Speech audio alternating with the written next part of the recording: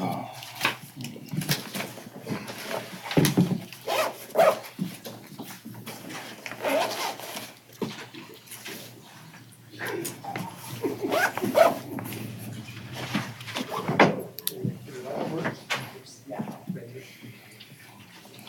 a chance to take a look at with the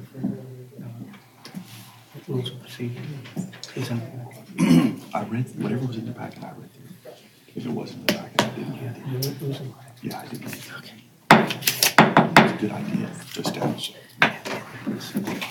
it. Notice is hereby given that the Lago Vista City Council is holding a regular meeting on Thursday, July 5th, 2018, beginning at 6:30 p.m. in the City Council chambers at City Hall, 5803 Thunderbird, Lago Vista, Texas, as prescribed by VTCA Government Code Section 551.041 to consider the following agenda items. Items do not have to be taken in the same order as shown in the meeting notice. Sandra, show that all council members except for Suzanne Bland are present tonight. We also have our city manager, Josh, yourself, Danny Smith, the police chief, Aaron Savetta, our attorney, Dave Street, IT, Roy Jambor with Development Services, and Star Lockwood with Finance. Is there anyone I have missed? All right. If you would, please join me in the Pledge of Allegiance.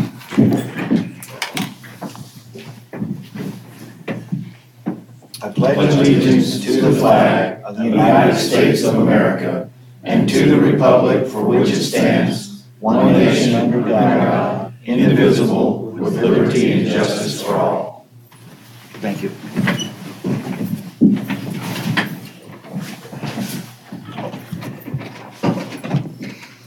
All right, we will begin with citizen comments. In accordance with the Open Meetings Act, council is prohibited from acting or discussing other than factual responses to specific questions, any items not on the agenda. And I will remind anybody coming to speak, we are recorded for YouTube channel, so please make sure you speak directly into the microphone so that those watching at home can hear you. And you have 3 minutes.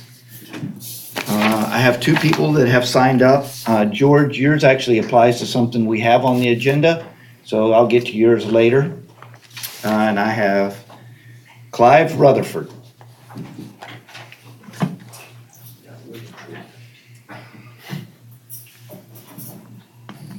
Good evening. My name is Clive Rutherford, and I'm the president of the Lago Vista Property Owners Association. I'm here this evening to present to the Mayor and Council a letter from the Board of Directors of the Lago Vista Property Owners Association.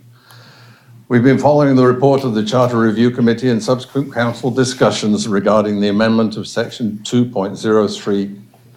The LVPOA Board wishes to express deep dismay that the special relationship between the City and the LVPOA did not go so far as to include consulting us prior to the Council unanimously agreeing to end the long-standing agreement with the POA regarding City acquisition of POA parks through eminent domain proceedings, which was codified in the City Charter by placing an amendment of that section on the November ballot. The relationship between the POA and the City of Lago Vista goes back beyond the incorporation of the City. In fact, it was the LVPOA who caused the City of Lago Vista to be formed. That fact alone explains why the LVPOA property was exempted from the City's powers of eminent domain. Add to this the facts that the LVPOA provided the City with operating premises at no charge for the first 2 or more years of its existence in a former church building in what is now the LVPOA campground, and that the LVPOA paid the City's operating expenses during its first year of operation to the tune of some $375,000. Over the years, the LVPOA has followed up on this paternal relationship by supporting the City in many ways. Not only have we chosen not to pursue the many thousands of dollars the City owes in unpaid assessments on LVPOA properties acquired by the City, we've continued to allow the City to use LVPOA facilities, including our parks, clubhouse/community center, at a nominal charge, have loaned furnishings to the city on many occasions, have used our staff and boats to ferry city workers to barges and equipment on the lake, contributed $100,000 toward the construction of the City of Lago Vista pool, and otherwise responded to requests for assistance from the City of Lago Vista. Sadly, we can find few, if any, instances where these courtesies have been returned. We formally request the Council to reconsider their decision on this matter. However, if the Council does choose to place this item on the ballot, we will use our communication systems to be sure that our members understand the ballot item and the ramifications of the change to the city charter should the proposition pass. It is alarming to note that whether or not the proposition passes, the simple fact that it is placed on the ballot will forever change the relationship between the city and the LVPOA. This Council's decision to terminate this special relationship between the city and LVPOA can only hurt the community we both serve. Thank you. Okay. Well, I didn't realize your letter was pertaining to that, but so when we get to that agenda item, if you would like to include further discussion on it, we can do it that time. That was the response of my directors. But now, Clyde, you understand, it has not been formally put on the ballot. It's We're still under. asking you not to put it on the ballot, that's all. Well, you read as if we'd already made the decision. That decision It certainly hasn't been made. sounded that way. Thank you, sir. No, sir. When I was reviewing the kind of broadcast YouTube tapes. Nope. Thank you, Clive.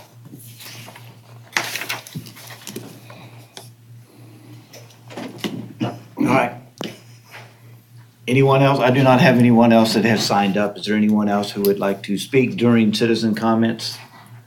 Can I comment on city, just as an update on the airport advisory board? Would this be okay to deal? Just kind of give you guys a quick update on what's going on there?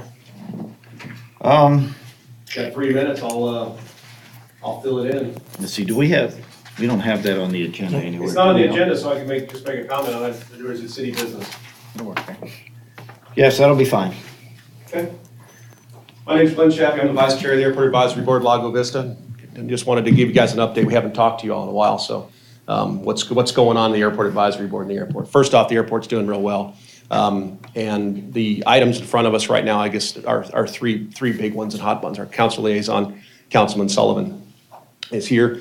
The first one is a renewal, an effort between the POA and the city to renew the funding agreement, which expires at the end of January of next year. So that is a big deal. It's a big deal because that agreement has to have some approvals from TxDOT as an agent as an assign for the FAA. So the POA is busily working with staff on something that is acceptable all around. They had something, and quite frankly, we haven't heard back from TxDOT yet. The TxDOT approval guy hasn't brought it back. So the Airport Advisory Board thought we'd have that in hand in our June meeting and be able to comment on that. We couldn't. So it'd be futile for us to vote on anything if TxDOT's going to say it doesn't meet what TxDOT needs. TxDOT is acting in this case as an agent for the FAA. The agreement basically is as the POA pays the city the $20,000 a year, it's the renewal of that funding agreement where the POA will collect funds, give it to the city to cover the maintenance and operation fees of the airport. That's number one. Second item is, as you know, beginning of this year, we went through a city ordinance on the rules and regs. The POA has come back to staff and asked to sort of revisit some of the items on that rules and regs and clean them up. And quite frankly, if you look at the way the two agreements, the funding agreement and the rules and regs, the ordinance go together, they need to be more congruent. There are problems. We'll work on fixing that. And we're waiting for the POA to come in with some written pieces of how they want it. And that's fine. We'll listen and see what's right for the city. So those two items are big. The third item is your airport action plan. So you all have that. That's something we commissioned here a couple of years ago for the city. And the airport action plan needs to be updated as we talk about what are the projects should set priorities. The goal of the Airport Advisory Board is to go and put forth the idea that whatever is invested by the city will be an income-producing investment. The idea here is that we get, as a city, municipality, we get 90 cents on the dollar for certain acquisitions, 75 cents on the dollar from TxDOT funding, extra grant money. And we're going to try to use that grant money to go build things where the city can start making this a revenue positive type investment. You guys bought the fuel farm, the city bought the fuel farm last year. That is already making money. I mean, the more we sell. And by the way, I think we're doing very well in that regard. We're selling a good amount of fuel. So those 3 items are the hot button of the AAB right now. That would be the update of the funding agreement, the revision recommendations to the council for the ordinance, and the third thing is an update of the airport action plan. So that's kind of what's going on. It's not like nobody's doing anything. I don't think anybody's been here to tell council what's been going on. And if anybody has any questions on this and you want to chat about it, please reach out to me. Happy to do it. Thank you. All right, is there anyone else who would like to speak during citizen comments? Okay, we will move into items of community interest. Pursuant to Texas Government Code Section 551.0415, the City Council may report on any of the following items. A, expressions of thanks, gratitude, and condolences. B, information regarding holiday schedules. C, recognition of individuals, i.e. proclamations. D, reminders regarding City Council events. E, reminders regarding community events. F, health and safety announcements. So first of all, I'm going to express my thanks to the 4th of July committee. From my perspective, it was a great success. I was at almost every activity all day long. I ran the 5K firecracker race. It was hot and humid, but it was very nicely organized and ran. I can't believe how many fast 50-year-old people there are in this community, but they're there. The parade, well attended, and the turnout in the parade itself was nice. I'd circled back around and sat for, 20, 30 minutes watching the procession. I thought the parade was very nice. I did not go to Barcade during the day as it was raining, and I chose not to, but I did make the fireworks, and I thought it was a wonderful 15 minutes of firepower. And so for the city manager and his wife, Savannah, that was a large part of the planning. I know the race and the fireworks, and they were there. Thank you all very much. And everybody else that helped, thank you all very much. Mr. Mayor, my wife couldn't be here today, so she gave me a little note that she wanted me to read to the people that were involved in the parade. And thanks to her too as well for the parade. She did Okay. the parade, yes. She said the Lago Vista 4th of July parade was a great event, so much planning and preparation, and then poof, it was over. I hope that you enjoyed the parade and wanted to thank the community for coming out to support it. This event would not have been possible without the hard work and dedication of those who participated. I want to thank all those who entered into the parade. Great floats, costumes, and enthusiasm, not to mention the candy. The team behind the scenes who helped make this event a success included Lago Vista City staff, Lago Vista Public Works, St. Mary's Catholic Church, the Chamber of Commerce, the POA, our MC, Ann Jandro, Nancy Moore, who sang the national anthem, and of course our fantastic police and fire departments.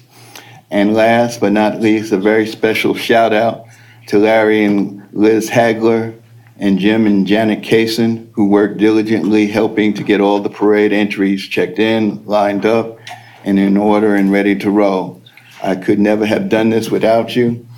You are the best. I hope everyone enjoyed the parade and all the festivities the city had to offer on this Independence Day. Again, many thanks to all. Gina Williams. Huge thanks to her. She did a wonderful job there with her volunteers. Okay. It was a fun event. Thanks.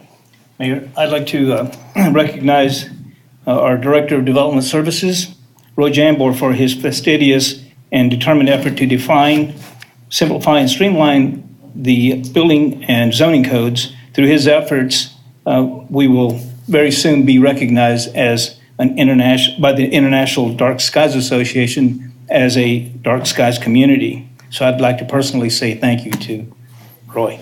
Thank you, Roy. Also, I'd like to praise the efforts of our city manager, Josh Roy, not the least of which has been leading to recent successes such as yesterday's July 4th parade and celebration and Lago Fest 2 months ago. And an even more recent event, through his efforts, Pedernales Electric today placed a street light at Annapolis Cove and Highland Lake Drive, which was removed almost a year ago after being hit and destroyed in an automobile accident. That street light is now up and will be dark skies compliant. A few months ago, I brought the missing street light to his attention, and in typical fashion, Josh's response was, "I'm on it." Today, he made good, so thank you, Josh.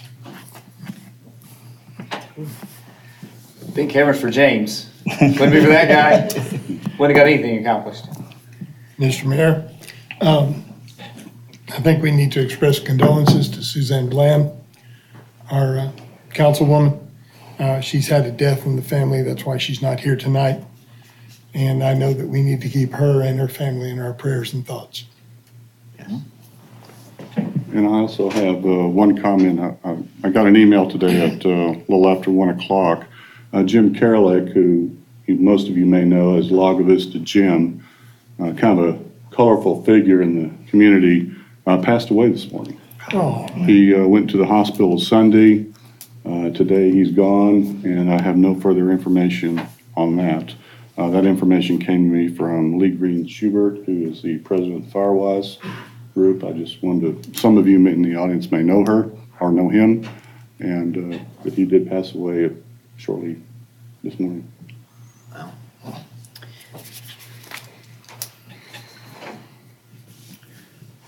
Anybody else? All right, between now and the next council meeting, I don't believe we have any holidays scheduled. Council events other than our regularly scheduled council meeting on the 19th. We may have a work session around the budget. But other than that, I don't know of any city council events, community, any health and safety announcements that we need to make. Our treatment plant is up and running again, so. All right, we will move on. Presentations. Number one, presentation from the Lago Vista Lions Club.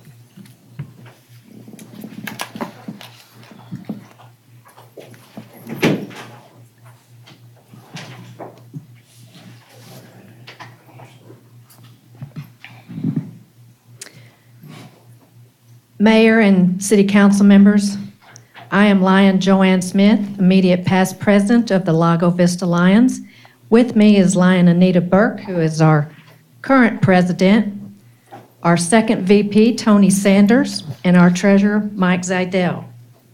We come before you tonight to express our thanks to the city for allowing us to perform or assist the city in helping with the quality of life activities for our citizens.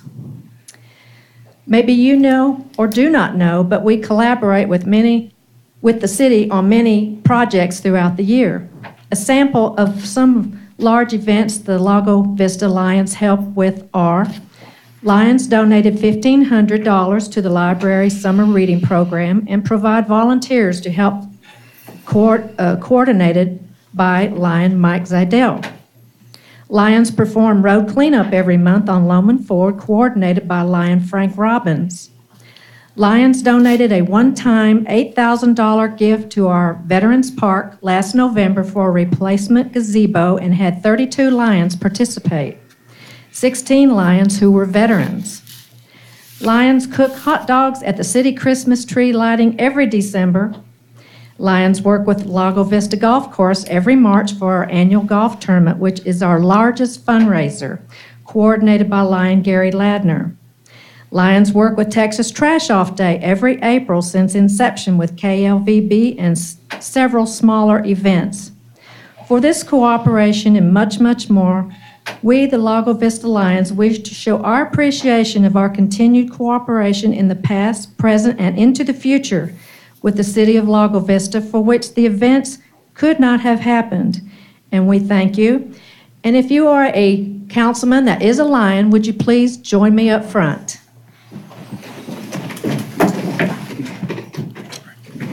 Don't think.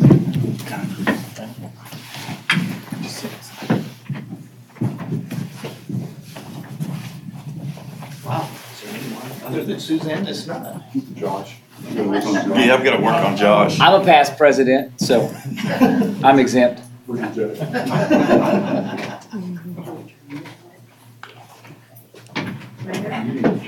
I'm just gonna get out the picture. Really important. Stand here. Y'all might have to switch in a little bit. We would like to give you this certificate of appreciation from the Lago Vista Lions Club.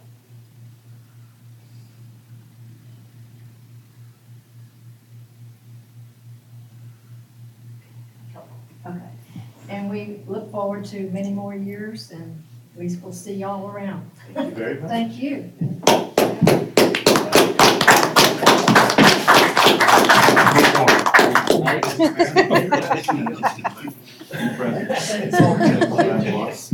No chance.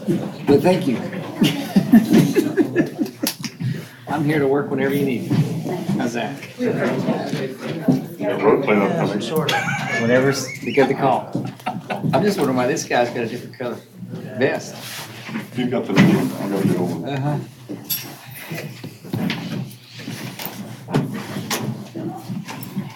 Thank you.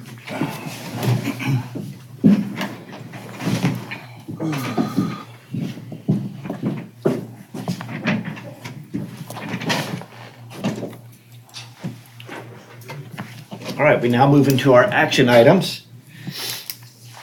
Item number 2, discussion and possible action on ordinance number 18-07-05-01, an ordinance of the city of Lago Vista, Texas, to voluntarily annex adjacent and contiguous territory into the incorporated municipal boundaries of the city of Lago Vista, Texas, including the following: findings of fact, effective date, a repealer, severability, and proper notice and meeting.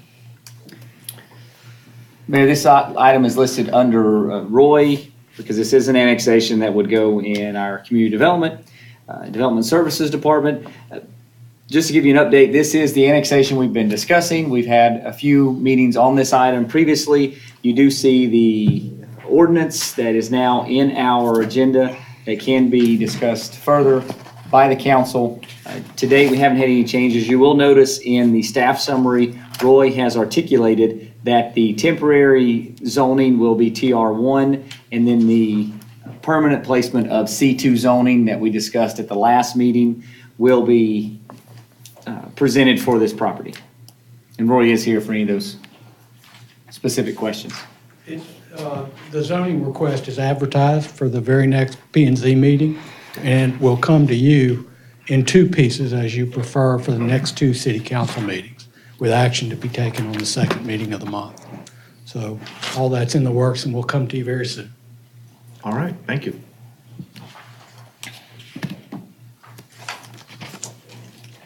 So at this point, does anybody have any questions? We've had our 2 public hearings. We've discussed this a couple of times already. So now we're just waiting to take action at the next meeting? Is that the schedule of events? We can take Oh, we action can tonight, tonight. okay. Yeah, this one was slightly off slightly off the rotation because of the Double. public hearings and stuff like Okay. that, but Okay, this one we can take action tonight. okay. Mr. Mayor, if there's no further discussion, I would make a motion that we accept ordinance number 18-07-05-1. And I'm not going to read all the rest of that. I'll second that. All right, I have a motion and a second. Any further discussion? All those in favor say aye. Aye. All those opposed, nay. Hearing none, the motion carries unanimous. Number 3, discussion and possible action concerning SAP update. Mayor, we're going to have, we have both Tom Lawrence and John Snyder for a presentation tonight that will give, we actually have 2 action items that are similarly tied in together. The first one is the SAP update, and then the second item, we have a resolution for the extraordinary or redemption. All right. Again, John Snyder with P3 Works. We're the pit administrator for the city. I know there's a few council members that are new here, so a few old faces, and I know have been with this thing for 6 years. But for those of you that don't know, there is the Public Improvement District on the Tessera Lake Travis project. It's a single PID, but within that PID, you have a major improvement area, an improvement area 1, and an improvement area 2. So there's 3 separate sets of bonds that we have to look at. Good news is all 3 are in great shape. We had one straggling assessment that was still out there that got paid, I think, this past week. So everybody is all paid up, and all the funds are fully accounted for, and the reserve requirements are all met. So we're looking good. One thing, and Tom will get into the details a little bit, but we have had a couple of prepayments. So if you want to get out of the PID, you can. It depends on the property, but $12,000, $15,000 thereabouts, you can pay it and be done. We did have several people do that. As a result, we had money that you could use to redeem the bonds. So we're redeeming $25,000 of bonds in the SAP update. It says September 15th. It should say September 1st. Last year we did it as well, and it was on the 15th. But this year we're going to be able to make it for September 1. And let's see, the last piece, we are working with the city attorney and Travis County now to try to get the assessments collected on the tax bill. So hopefully starting this upcoming cycle, instead of us sending out a piece of mail, it'll actually just come as a line item on the tax statement. That should help quite a bit, and that's how it's done in most other places in the state. And it really cuts down on the confusion, and because the money goes to a trustee in Minneapolis. And it's always confusing when you have an Austin firm billing for the city of Lago Vista and telling you to send money across the country. So this should make it a little bit, people not thinking we're trying to scam them here. With that, I'll answer any questions y'all have, or be happy to go into any of the numbers. I have I actually have 2 questions. So the May assessments, that's the one you're referring to for collection. You say you got those in? Yes. For this past May? The one. They were due in January. So they were due January 31st. And most everybody paid on time, but there was probably a dozen property owners that were delinquent, but now everybody's gotten the money in. Okay, and then also back in summer of 16, I believe there was I can't remember the number, 17 lots that were along that major road, between the major road and the Lake Travis Inlet there. That were replatted to a lesser number. Did that ever get corrected in the SAP update? So there was actually 2 things that occurred, and that was corrected in last year's SAP update. Is there was, and I'm going off memory now. There was 30 lots that got replatted into 23 lots, and then there was. I think it was less than that, but the issue is I wanted that fixed because that's part of the official record, and that was done, and I just want to make sure that we had caught up with the replatting and the appraisal districts. Yes, the replats are all reflected in here. The one, I have to find the page that it's on. I know there's a difference of 7. On page 4, it's lot 14 and 15 of Block D. They have a plat, but it hasn't been recorded, and so those are 2 lots that'll be subdivided into 11 lots. So right now for the bill. The bill is going to lot 14 and 15, but we have it broken out already in the SAP update, so we know exactly what it is. Whenever they record it, then it'll match up with what Travis County shows. Okay, Yep. Okay, that's all.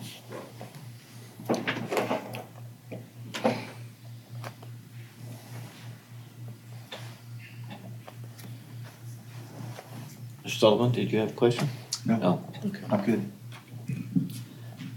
Mayor, on this item, if council chooses to accept the update, there's not a resolution to accept the update. It would just be a vote by council.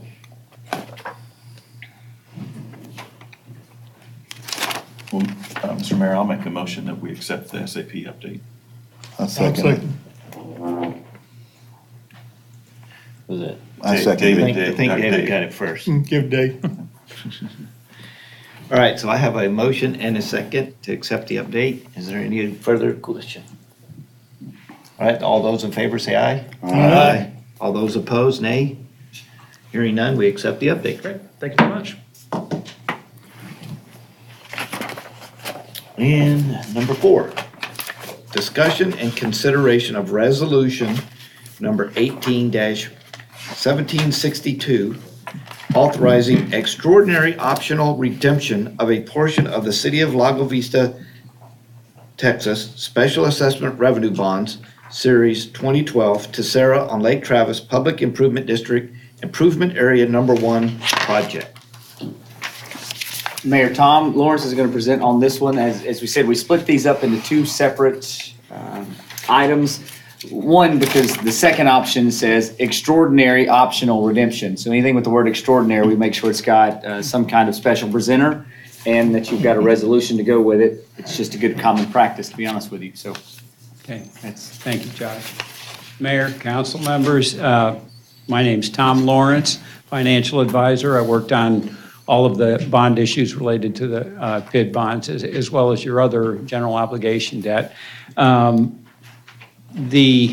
trust indentures for the PID bonds provide an extraordinary optional redemption provision. It's actually on page 1 of a handout. It should be in your packet. And it basically says that the property owners have the ability to prepay their assessments and get out of the annual assessments, which include not only the principal but interest payments. And when they do those prepayments, you have the ability to take that money and use it to prepay outstanding bonds. We did this last year in the exact same amount. $25,000 was prepaid last year, and we redeemed out of the final maturity of the PID bonds. And we're doing the exact same thing here. And following this provision on page 1, you'll see a comparison of the prepayment price that will be paid on these prepaid bonds compared to what it would be if we just left that $25,000 outstanding. As you can see on the call date, now those are fiscal year totals, you see the 9/30, but basically on September 1st, out of the prepayment, the redemption fund and prepaid funds that are in it, we will pay $25,000 of principal plus $750 of accrued interest for the past 6 months for a total of $25,750. There's no penalty, no premium or anything of the sort. On the far right column, that would show you the interest that you're not going to be paying every year through final maturity. If these were out there to the final maturity without being prepaid, it'd be 2042 before this $25,000 got paid off. So you're saving a significant amount of interest, and the property owner is as well. You're not really paying the interest, it's the property owners that are paying it. The next page basically shows you a revised debt service schedule for the IA number 1 bonds, and it's identical to the original schedule except for the very last maturity. Originally, it was $330,000. It's now $280,000, $50,000 less because of the 2 prepayments. And that's basically it. So it Pretty comes simple, off- straightforward So process. it comes off the back side of the debt service, not on the front side? Right. It's better to take it off the back end because you're knocking off much more interest that way. Okay.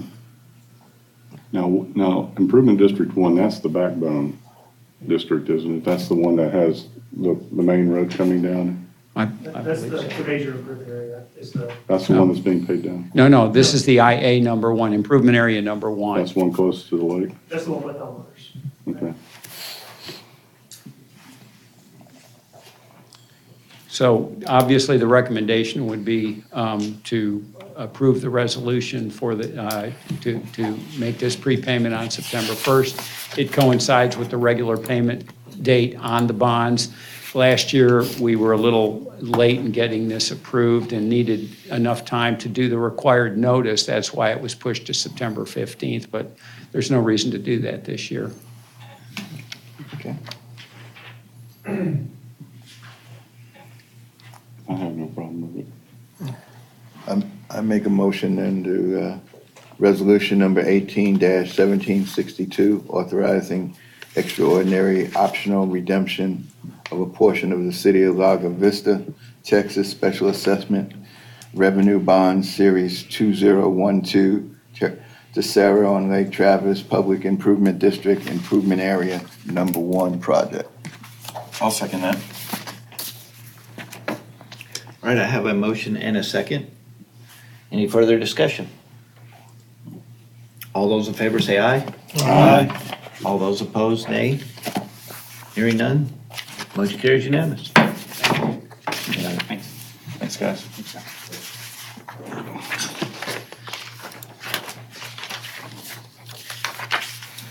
Okay, number 5, discussion and possible action regarding Charter Review Committee recommendations. Mayor, last week or the week before, staff sent out a red line version as requested by council that would show some of the recommended areas of discussion and consideration. One note to point out that Councilor Sutherland pointed out earlier is that none of these items have been officially voted on and approved to appear on the ballot until after our next July meeting. At our next July meeting, the plan is to have all language clarified, any questions ready so that action items are ready for a vote by council to move forward to appear on the upcoming ballot for the city charter. What we have tonight is we'd emailed out a copy of a memo from Aaron and from Dottie that would give us some other information about items that the council is considering, and you also had the red line version for discussion.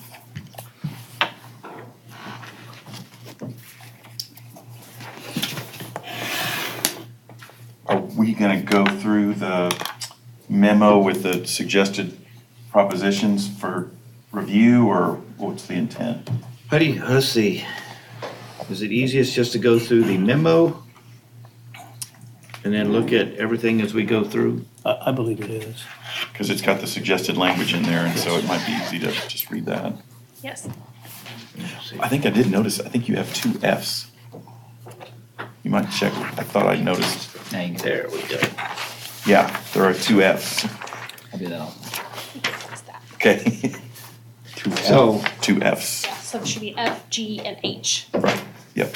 So Proposition A is the one No, it's the memo. pertaining to annexation and disannexation. Yeah, that's it. I'm sorry. Oh, but see, there's F right there. Well, sorry, hang on. Does anybody have any comments on Proposition A? Mayor, give me a second to find the memo. Mayor, while we're looking for those items, Okay. and if someone needs a hard copy, we can gladly print you a hard copy to look at it now. On this section, what we've effectively proposed is eliminating the language as it exists in the charter and replacing it with these items that are presented in front of you. And Arch, I believe this is the one Josh sent out That's today. Yeah. So it'll be from Josh. It won't be Yeah, from I remember that. Aaron or. Yeah, there was Dottie. 2 attachments, I think, and one was the memo. Take that one. That's okay, I think I have it. Okay. Yes.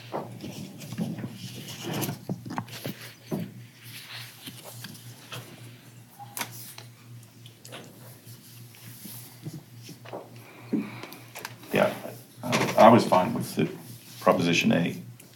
It seems like we're just cleaning stuff up and getting in line with the state law, so it seems to make sense. I think in our previous discussion, we were pretty well okay with the annexation part, and the disannexation was really the only part that required some attention, but I believe that the language here is okay. Okay. All right. I will move to Proposition B, Section 203 entitled Eminent Domain. I believe this is the one we've got the letter from the POA regarding. Mr. Mayor, Oh, no, great. Mr. Mayor, can I just ask a question? When when you talk about eminent domain in relationship to the park, we can't take over a park. It will always be a park. Right. The only time that eminent domain would come into effect is if we're running a sewer line down the park or something like that. I don't know. Well, I think last session, the concern was sometime in the future, down the road, 20, 30, 40 years, if something happened to the POA and they faltered, Right. what did the city have in place that would protect those parks as being public or private parks? If we took them over, they would obviously be public parks. But I believe the concern was what would happen if the POA faltered. Right now, we didn't have anything in the charter that would grant us the authority to Right. take them over. Yeah. So this was a matter of cleaning up what our charter says to Right. comply with state law and to, just kind of, it was actually kind of a protection Right. for those parks. But I want the community to understand that we're not trying to take over a park. Right. You know. Well, and something I would have asked Clive if he would have stayed is, this council is not making this decision. It would be on the ballot and the citizens will be making this decision. Correct. And that's the part I don't understand. We're not trying to railroad anything. If the citizens decided they wanted that removed, it'd be removed. And if they don't, it won't. So that's the part I don't understand their anger. I mean, Mayor, I wish I could respond. Sir? I wish I could respond. Sir, you have not been called on. You get your. So, yeah, I mean, Well, the main thing that I see, apparently the POA board has taken the side of this, that we've already passed this, that this is something that's already gone through. We're still in the discussion stages. exactly. And this came to us from a formal committee that looked at the charter. This is not something we came up with. Right. These aren't necessarily our ideas. These are things that were brought to us by a committee that looked at the charter, looked at the legal ramifications of some of the things that were in it, looked at some of the things that need to be changed, and these were the proposals. Now, I don't think there's anybody that sits on this council or anybody in the city who wants the city government to go out and grab one of the parks away from the POA. Right. Now, I would like to be able to work with the POA to establish a park that could be open to public use. That would be great, because we've got a number of citizens in town who are not part of the POA and have no access to those facilities.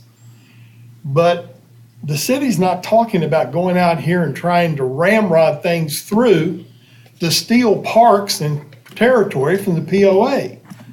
What we're looking at is, as the city, as the governing entity, we need to be able to take care of things if something down the road happens that nobody sees. This gives us that possibility. And as you said, this may be something that the citizens of Lago Vista say, no way, we are not about to pass this. They're going to have the right to vote. They're going to have the right to decide. And it's going to be the citizens that are going to decide, not this council. Right. All we're trying to do is take what we've been given as the things that the committee thinks need to be looked at, put those on a ballot, put it out there, and let the people of Lago Vista decide what they want in this charter. It's not our charter, it's the people's charter. And all we're trying to do is clean things up, make sure we stay inside the law, and we provide for possibilities down the road. We are not trying to steal the property of the POA. And I would just add one more thing to the thoughts I voiced earlier. We've discussed this now. This is our fourth time we've discussed it. We're discussing it tonight, and we won't vote on it until our next meeting. At any time, any of the POA members or any of the POA board members could come and participate in our council meetings and provide us input and feedback. We certainly haven't railroaded anything, and we're not trying to shove anything down anybody's throat. So if there's any POA board members that are listening on YouTube, come back out the next meeting and talk to us again, because we don't make a final decision until the last meeting in July. I'll tell you, I have not reached out to the POA because I didn't feel like we were at that point yet. Because if it didn't even go on the, if it didn't get approved to go on the ballot, then there was no reason to even to bring it up. So I hadn't approached the POA members yet. But I have put some feelers out through the community with my town hall meetings and stuff like that. And it would be not well received from what I can understand. And it's all because it says eminent domain. Because of those two words, and everybody thinks where the council is going to try and take over the POA parks. So if it follows through and we decide to put it on the ballot for the people, we're going to have just a heads up, we're going to have a lot of explaining to do to show our position and why we think the language needs to be changed. Again, for 30, 40 years down the road, if something were to happen. Because if we didn't, and they did falter, then that property would go to the highest bidder. And it might be developed into condos or, whatever. It may not remain a park if it goes to the highest bidder. So that's just, we got 2 weeks to reach out and see what we want to do. So, Mayor, excuse me. Mayor, I believe that part of the discussion here has to do with the perceived idea on the part of the POA that this is an aggressive move that is being made by the city. Nothing could be farther from the truth. The fact is that state law does not prohibit the city from using its powers of eminent domain on property held by property owners associations. That's the state law does not prohibit that from occurring. And we're not really looking to do anything that even resembles taking over a park or parkland and then calling it a city park. I don't think that anyone has ever mentioned anything like that. I think the original discussion by the Charter Review Committee was that they saw this particular exemption to eminent domain as being something that was being held by someone that they considered to be a party that I forget the exact language now. I'm trying to recall what it was, but they thought it was a special interest that was being exempted from eminent domain. And so that was the reason why they felt that it was important to remove that exemption. Yeah, I wouldn't agree with that. I'd be more along with, what Clive said in his letter. When this city was formed, it was definitely formed by the members of the POAs that came together, and the exclusion was put in there to protect it. Yes, but now we're looking, things have changed. Not that we're trying to change the relationship, but we're just trying to possibly clean up what our charter says, make it more in line with state law. I have several, questions and comments. I believe last time Dottie said that the charter would trump state law. Is that correct, or does the state law trump the charter? The Texas Constitution and state law would provide the overarching legal framework. If you have something that's more restrictive in your charter, then you would have to follow that. Okay. And this is more restrictive. Correct. As it's written now. So the charter would prevail if left as is? Yes, for this particular type of provision, yes. Okay. Just as a comment, I used to be a treasurer of a homeowners association in Grand Prairie for 3 years, and I dealt with covenants and things like that. One of the things that I discovered as a treasurer back when I was 28, that the covenants run with the land.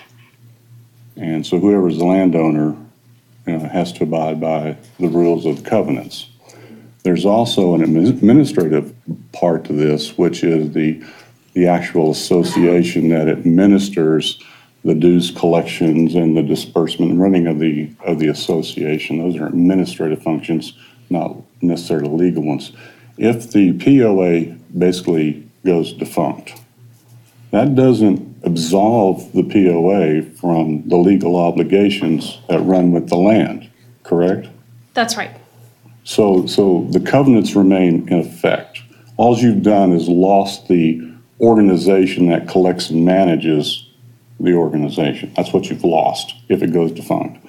What happens, because I never went through that, but I was a treasurer during hyperinflation when the bylaws of the POA restricted us to 3% increase unless I could get a supermajority vote by the homeowners. And I don't think you can get a supermajority vote of anything anymore. But that was the way the rules were written back in the early 70s, and I believe ours may be in that same time frame. Mm-hmm. So, if I haven't gone back and read my covenants on my property, but I imagine that they were probably similar, probably 3%. It was the maximum increase you could get.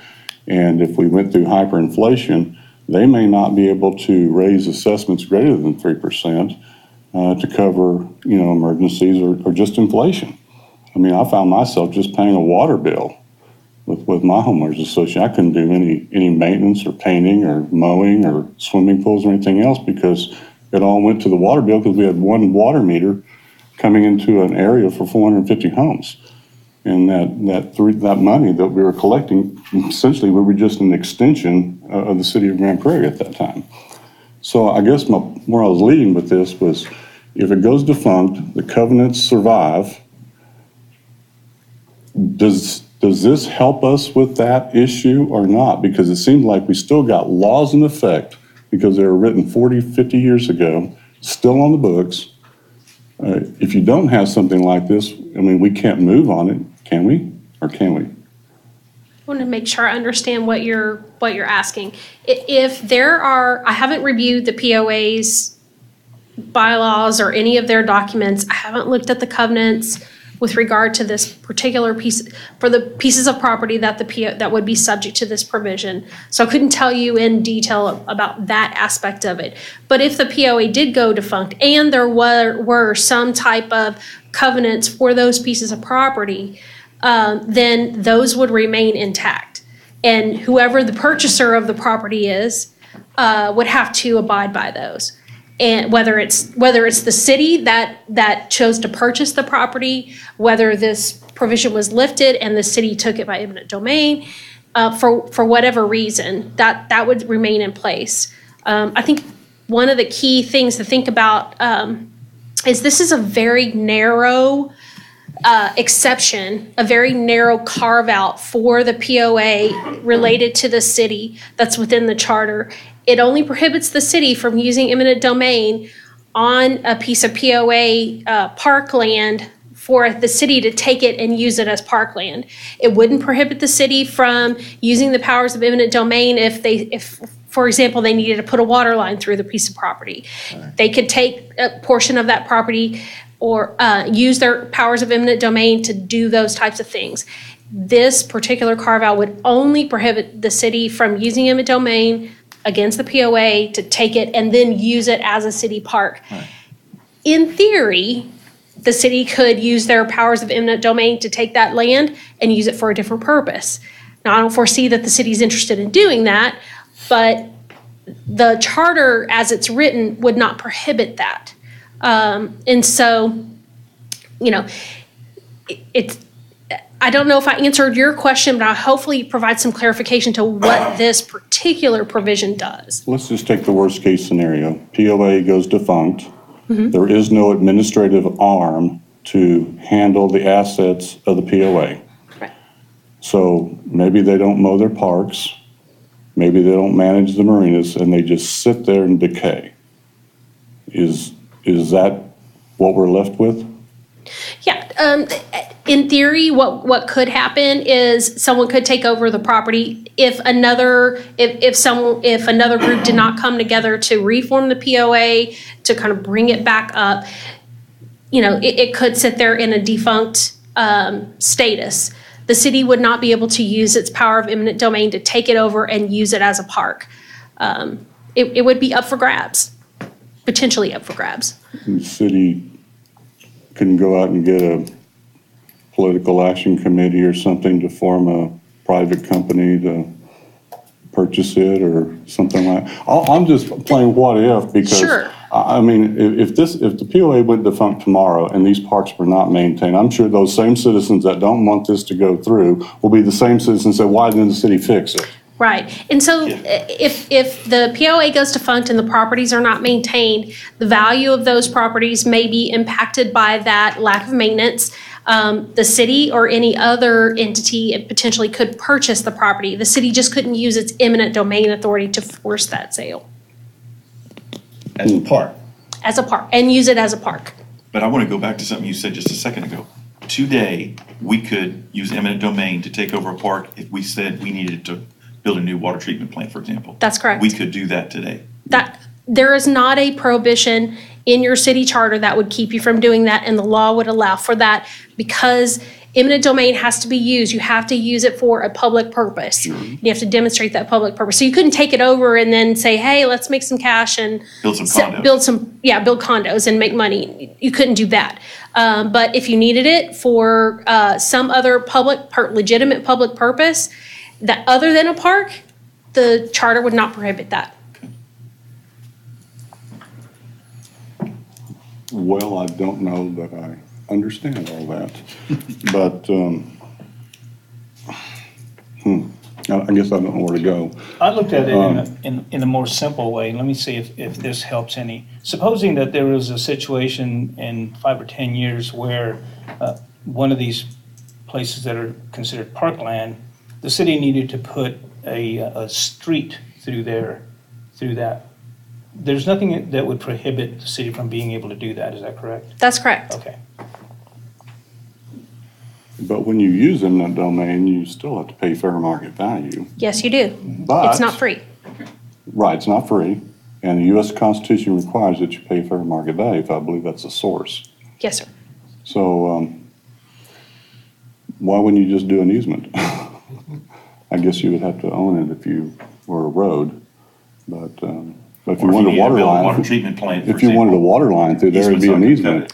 Yeah, water lines would be an easement. It depends on what you would need the property for, as to whether it's more advisable to have an easement or to actually purchase the property or to take the property through eminent domain. If it renders the property useless, I mean, it's going to depend on what the public need would be.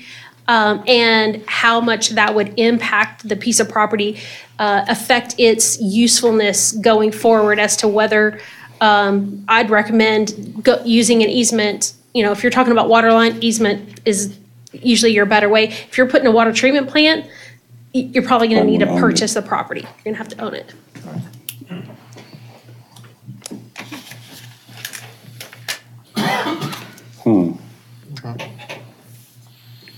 So if it stays put, if it stays as is and you don't change it, then can we do everything we need to do in the future? Well, I think the only thing we don't cover is if they go belly up and we want to use eminent domain to take it over, pay for it, and then use it as a park. Continue using it as a park, but it'd be a city park. If that were to happen and we don't change the charter, I don't think we could do that. It can't happen. It wouldn't be able to happen. Okay. What's the definition of a park? I think we do have Is green space a park? I don't want to go there. All right, does anybody else have any comments in a minute? All right, George?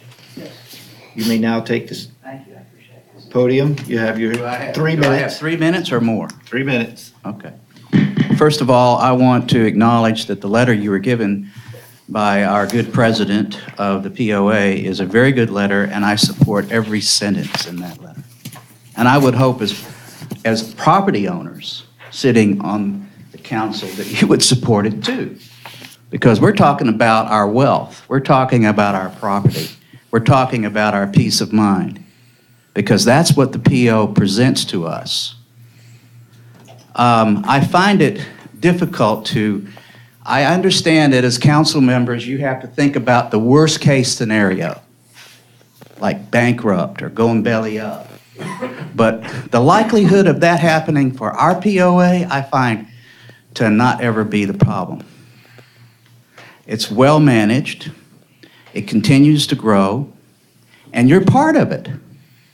And one of the things that I find interesting is in that letter it said there was never a time when you came to the POA board and discussed this. And so I would recommend as a council and the board of the POA, all property owners, everyone here is a property owner, sit down and discuss this. Because you can obviously see it's a very passionate issue. And I can say that I represent a lot of people who worked with me when we dealt with the Sun Harbor issue, and we were successful, and I can reactivate that. So if we do get it on the ballot, we will do everything to defeat it. The principles involved here are the covenants and the deed restrictions. When we buy property, we buy it with those in mind, and they protect our property, and they protect our community. I lived in Galveston, Texas. I grew up there. I knew what it was when you had a public beach, when you had everybody come down, you had drunkenness, you had fights. What I saw last night was families down below me having a good time and enjoying a park. And that's what I think we all want. We want a peaceful community that has the beauty that we have, and to bust it open is not a good thing. Those are my opinions. Thank you. All right, anything else on, what's this, B? All right, so we'll go to Proposition C.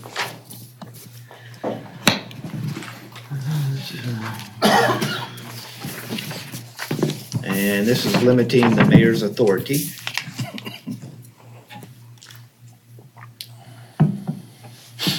I didn't see anything in it that we don't already do. Okay. We're just codifying how we're already acting for the most part. I didn't see anything out of the line because I follow these rules anyway. Well, and I think they're good rules to follow. I think this is just updating the language that's in the charter so it more appropriately fits the way that we are doing city government right now. And gets more in line with the council, city manager form of government. Yeah. Like D, power to veto, you know, I'm glad that's in there. I would not want to see a mayor that has the power to veto what his council would like to see it hear or vote on. Did these things get renumbered? Because I'm looking at, the one that I was worried about was G, which I believe is now F. I'm going off the memo, so I I'm do looking not at know. the memo, it's memo F, is that old G? I cannot. Mayor, which section is that one? If you just read it, and I'll It know. says the mayor may consult with and advise the city manager with respect to any city business. Is that the one where removing direct the city manager with respect to performance, any duty or provision of service? Is that the replacement sentence? F, Mayor, the section F says the mayor may consult with and advise the city manager with respect to any city business or issue, period. Yeah, so the word direct is out. Was taken out. Yes, sir. Okay. That was the one I was worried about.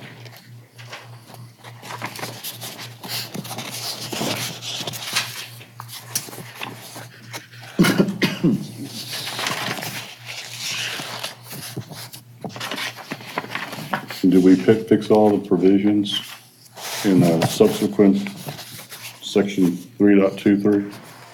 Mayor, we have addressed everything that would relate back to this item. We have made the change in the sections of city manager and mayor and council. All those provisions have been changed to this point, and then will be further articulated with the language that Aaron and/or Dottie will put together to be presented for potential ballot. Okay, in the paragraph below J, it says the mayor in time of declared emergency may govern the city by proclamation and direct the city manager so as to maintain order and enforce laws. The mayor shall have such additional powers as granted to the office by state law, and it's got a comma, or by ordinance not inconsistent with this charter. Why don't you just say consistent with the charter? Why did you use a double negative? Why don't you just say it's consistent with it, instead of not inconsistent? I mean, is that legal stuff that's going on there? Yes. Yes. Is that the legal language for consistent? It's equivalent, isn't it? I know it's the equivalent, but you got to read it twice. Mayor, just to go back to Aaron, that is the way that these things are written. It's a standard practice in the language by which you would put a charter, a lot of times in an agreement. Okay. That's not Double what they told me negatives in are English. bad unless they're in a charter. That's not what they taught me in English. And it's okay? not negative bad. Mr. Mayor, part of the rationale for why there's the double negative is you don't have the test to determine whether something is actually consistent. It can differ as long as it's not inconsistent. It's a term of art. It's used regularly, as Josh said, in charters and other legal documents. I'm not a fan of double negatives, but if you put in there that it has to be consistent, then that's the test. Is it consistent? Otherwise, you're just looking to make sure is it not inconsistent, because it can be neutral. It allows it to be neutral, whether it's not. So not inconsistent is a broader definition than consistent. Right. It would allow you to have something that's truly consistent, walks lockstep, or something that's neutral. It doesn't change it, but it adds additional detail. Okay. Is that if that goes to ballot, is that what's going to be in the ballot? Yeah, the purpose of this document, the language that I drafted here is for y'all to, if you don't like the way this is phrased, I want your feedback, because this is the language that would actually go as a proposition on the ballot. So if y'all are not happy with this, let's fix it tonight so I can have it clean for you next time. After your explanation, I like the double negative. And I'm assuming that if we reread this in the next week and find something that we don't like, that we could potentially suggest it and still have it hit by the next meeting, or no? We have to give you anything and everything we want right now. Until you vote, we can make changes. Okay, good. So I don't know that I have any, but do I spend time on this in the next 2 weeks, or do I just hands off because I can't change it anymore? No. You absolutely have an opportunity to change it until it comes up for vote. I just like to prepare a final version of resolutions and ordinances in its final form, so that you're not at the dais having to make adjustments and changes and making your motions so that they're, you have to do cleanup. Okay. And Mayor, to get back to Councilor Sullivan, anything that doesn't happen before we get to the next meeting, we will handle it. The plan is to handle it right here with a pen, Aaron in hand, to make it. We'll reread it and make that very clear as we're rereading it, not just into the minutes, but as our formal document that will be submitted. So if you do have those changes up until maybe even the day before the meeting, if you send it in faster, that gives Erin time to make her corrections so that we can at least present you with that draft. Because unlike these, where we send them out, we'll have a completely separate document. I believe former council member pointed out to us in an email that the charter is very important. So we will have that, each item printed for you to review, so that if we are going to make changes, we'll make them actively before the vote.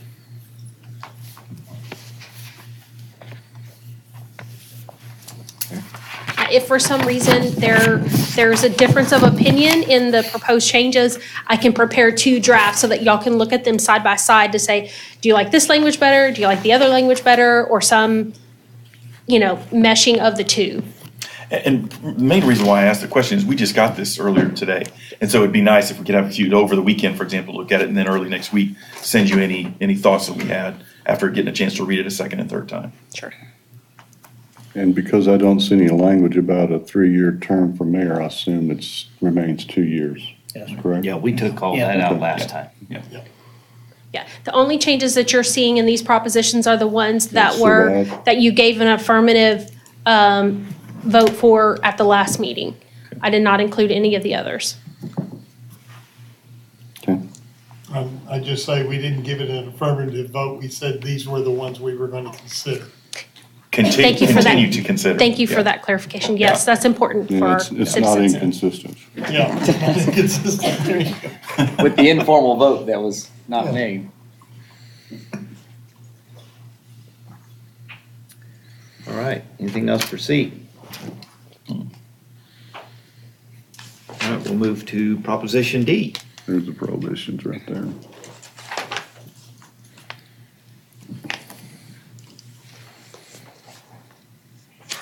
Again, this is something I think we pretty much already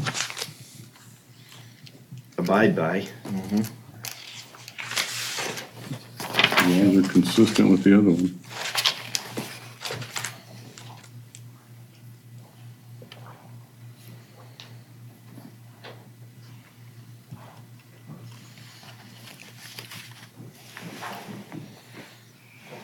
Yeah. All right. D's good.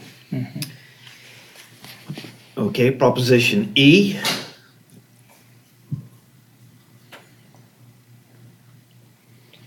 Yeah, I think we're fine there too. I do too. Basically how things are functioning right now. I saw that as defining the city manager as the chief executive and administrative officer.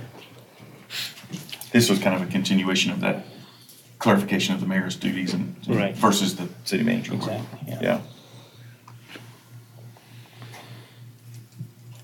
And also gives the city manager authority to transfer funds within departments. No, Within that's- same that's- department. That's the next one. Isn't that That's F. 401? That becomes F. Well, it's still 401, but it is a separate item on the ballot, which you just mentioned. But this is Proposition F that we're referring to, though. No, we were just talking about E. Oh, sorry. Yeah. Got ahead of you. And this will be the first F. Yes. I think everybody was good on E, so Yeah. we'll go ahead and move to F now. And yes, F is the one that was allowing the city manager to. Right. So here's a question I have. The charter currently states that the city manager has the ability to transfer money between programs within a department. And I believe what's being asked for is to be able to transfer money between departments within a fund. So it's a broader definition of the ability to transfer. And, the city manager has all the operational responsibility, and this council has the policy responsibility. And so, as I read through this, what I really asked myself was, okay, you're gonna transfer money between programs within a department. That sounds like an operational issue that you're dealing with. But when you start transferring money between departments, that's more of a policy issue. And so that's the way I thought about it when I read through this. So I wanted to bring that issue up for people to think about. And then the last question I would ask is, if Josh wanted to transfer money between departments, there's nothing that would stop you, if we didn't change this language, there's nothing that would stop you from coming to the council and asking permission to transfer from one department to another. Is that correct? That's correct. So I just have a little bit of a concern about city manager getting into policy by having this ability to transfer money between departments. And if you leave it the way it is, there's nothing that will prevent him from doing it after he's come to council and asked for permission. So just a couple things to think about.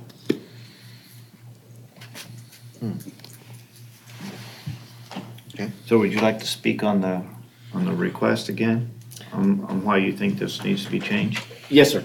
So the ability within a fund to move between departments could be something as simple as splitting a personnel, an individual from one department to another. So for example, if you had an administrative assistant, you want to split that person, their time between development services and the administration. In theory, you could do that. If you budgeted them for the year and you're halfway through the year, then if you budget them all in development services, in February, you decide to split it, you split it. As Councilor Sullivan said, you can bring that back. I disagree that that's a policy decision that you would bring to the level of the city council as long as the overall budget is maintained per fund. This is a policy decision I think council should be making for the future. I do not believe that every smaller item within the city should come back to a council. Although I'm for council having meetings that can be as lengthy as you prefer, I think that the working within a fund is an administrative function and should be allowed that way so that we continue the operations and we don't have to hold items for any period of time to bring that back to a council. As I previously said, I believe to Councilor Smith, some people would say you'd allow administrative transfers between funds as well. That's where I believe the policy comes into, because council sets the policy based on the overall funds. As we previously stated, we have 8 funds. We should not be able to transfer those with the stroke of a pen, which is what this says. We should restrict that to single funds, transfer within funds. Councilor Sullivan's correct. The charter already says that we can go from programs. That is a very vague description. The way our charter states is it could say line item within the same department is what's allowed. Programs is a little iffy because I could say that the program of the police department providing for safety then goes to the street department because there's a pothole there. So I could take $100,000 from the police department and put it over to the street department because it's safety of the streets. And then we would be discussing it of, did you stretch it? My definition would not be argued because it's still street safety. Actually, I think it would, simply because I think what the charter says today is you can transfer money between programs within a department. Yeah, I was going back to the definition. I understand. Everything's going to be argued because there's 7 counselors for a reason to debate things. Administratively, we're not in the nature of a council manager form of government where we debate those things. Once the policy's set in a direction, then we move forward. This is how we act, and it's just an operational thing. But again, Mayor, this is not something that if you were to sit here and say you had heartburn, I would say we will figure it out. Thank you. Well, I'm reading this now a little bit different than I read it before. It says moving of funds. It didn't say moving budgets around. It's moving funds, so it's actuals. These are actuals that we're talking about. We're not talking about planned money. We're talking about real dollars that either we wrote a green check and went out the door or something. So I don't know why we need this myself. I would not approve of this one.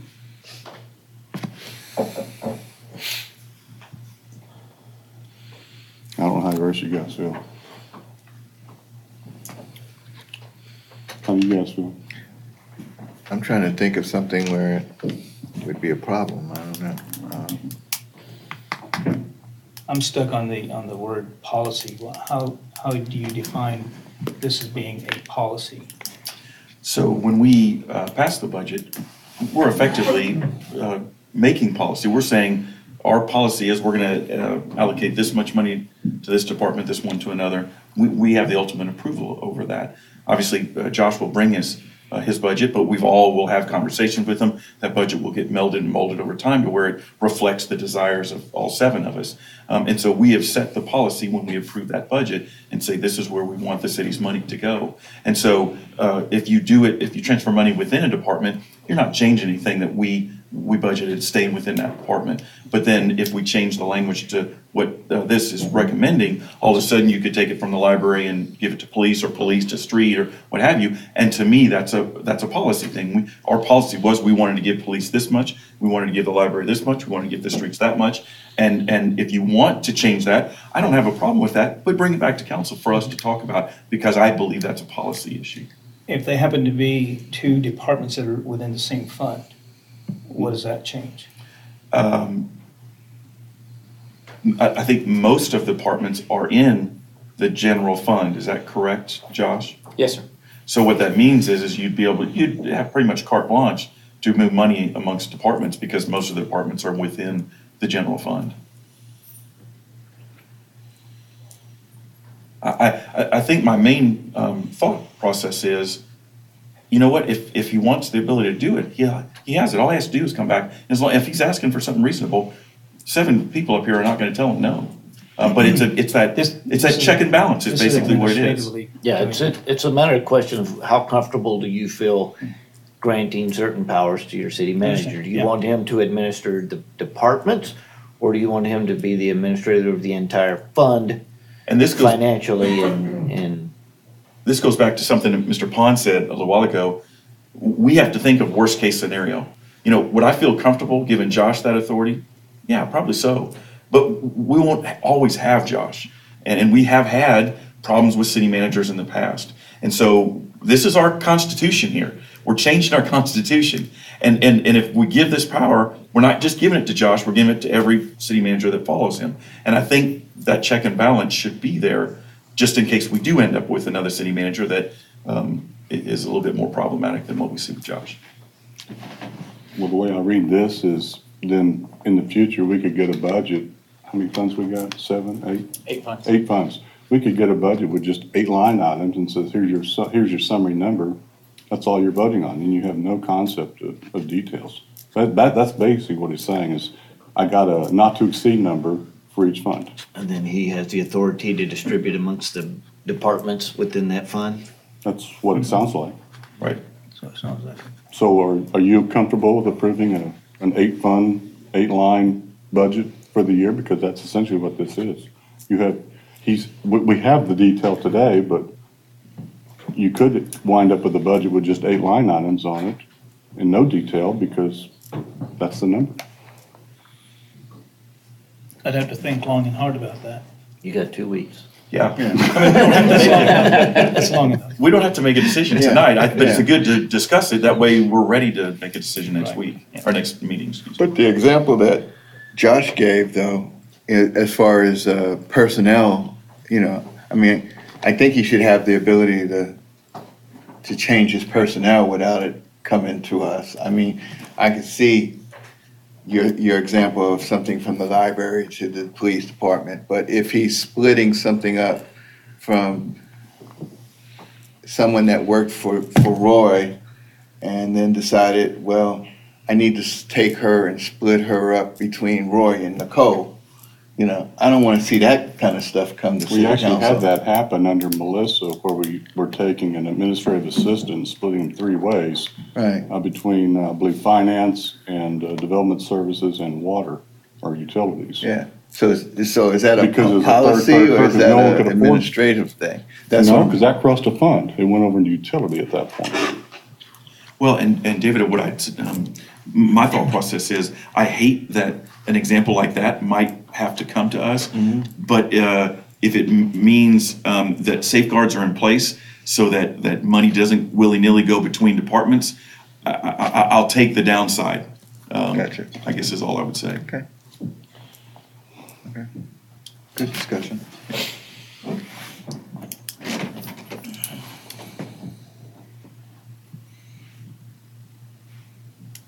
Good? Yeah. Still don't like it. You get your chance to voice that next meeting. I know. Okay, my memo shows 2 proposition Fs Yes. on it. Yeah, So yeah, we're on the second proposition Second. F. Okay. So that becomes Not to be G. confused. So this is elections. And I think this captured very well what we talked about. Now, one thing that we weren't sure about when we walked through all this, Dottie says, I'm not sure. She'd never heard some of what we put in. Did y'all have any discussions about it? And was there anything that we suggested that was illegal or ill-advised? So in your memo, you'll see that there's a legal note after this particular section. And so one thing I'd like to point out is if I don't think you need C, D, and E. If you want C, we can do that. You won't need D and E. But if you want D and E, then we need to make adjustments to C. So I think you do, because they're saying different things, and I'll walk through them. So C, incumbent seeking re-election must file for the same position that he or she presently holds. The example would be, I'm in place 2. If I want to run again this November, I have to run for place 2. Right. Okay, so that's what C is saying. Mhm. Now, D is an elected official filing for any office other than the office presently held. So let's say that I run this November, I win, I'm back in at place 2, and then in 19, Ed and I go back and forth, back again, mayor, against each other for mayor. I will be filing for mayor at that point, even though I'm in place 2. That's the what's being described out in D and C and E, excuse me, is the possibility of you running for mayor if you're already in a position. okay, so because it would not allow you to run for another council seat in another position, because C would prohibit you from doing that. Correct. So if I'm in 2 and this November it's time for me to run, I can't run in place 4. I have to refile for place 2 is what we wanted to accomplish. Okay, so I think I want to think a little bit more about how to word this. I think we might need to wordsmith this a little bit in that it would only apply to a council member running for mayor or vice versa. That was where it came up at. That's exactly what we were trying to address. Okay. Yeah. So you're going to work on that? Yes, I think it would be very confusing to the voters. There are a lot of very intelligent people in this community, and they would. Yeah, so D would have without to say thinking something through like that. an elected official filing or an elected council member filing for office of mayor. Right. Mm-hmm. Yeah. Because C already prevents them from running for different places. So. Yeah. I think if you put specific language in there about council seats Yes. versus mayors, Mhm. I think it will become more clear. Yes. Yeah. And that clarified, because I wasn't aware that was the goal. And so I looked at that and I thought, okay, they conflict. Let's. Right. Okay.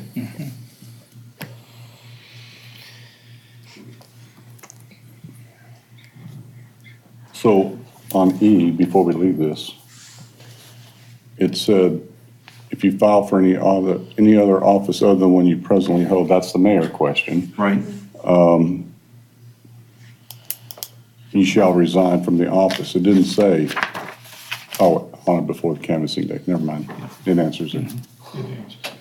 Never mind. Disregard. Yeah, and just for your edification, on D, what we were trying to accomplish by saying that you have to file 15 days before the deadline. So again, let's say, for example, I'm in a position, it carries through, but I decide to file for mayor. What we don't want to have happen is that I have an unfair advantage. Ed will be up in 19. I would still have a year left, so I can run and have no ramifications, whereas he runs and he's in or he's out. And so this prevents that. If you run and you lose, you're gone. Well, and because of E also. Correct. Because of E, him having to resign, Right. if he lost, Well, or even if he won, he would move to mayor. And so if he loses, he resigns.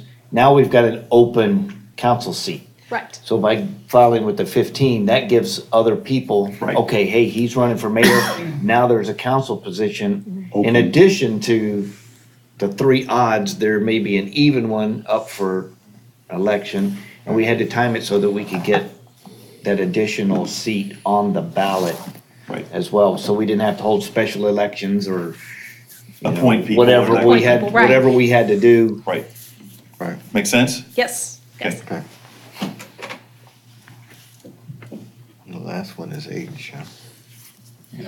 And it's H instead of G. And G or H, however you want to look at it. Okay. And I didn't have any problem with this last one.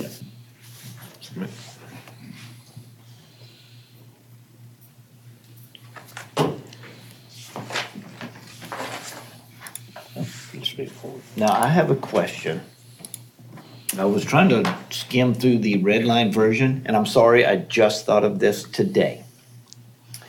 I was trying to skim through the red line edition, and I was looking for the portion where it gave the citizens the petition rights. I found where it talked about, a recall election on elected members. But I know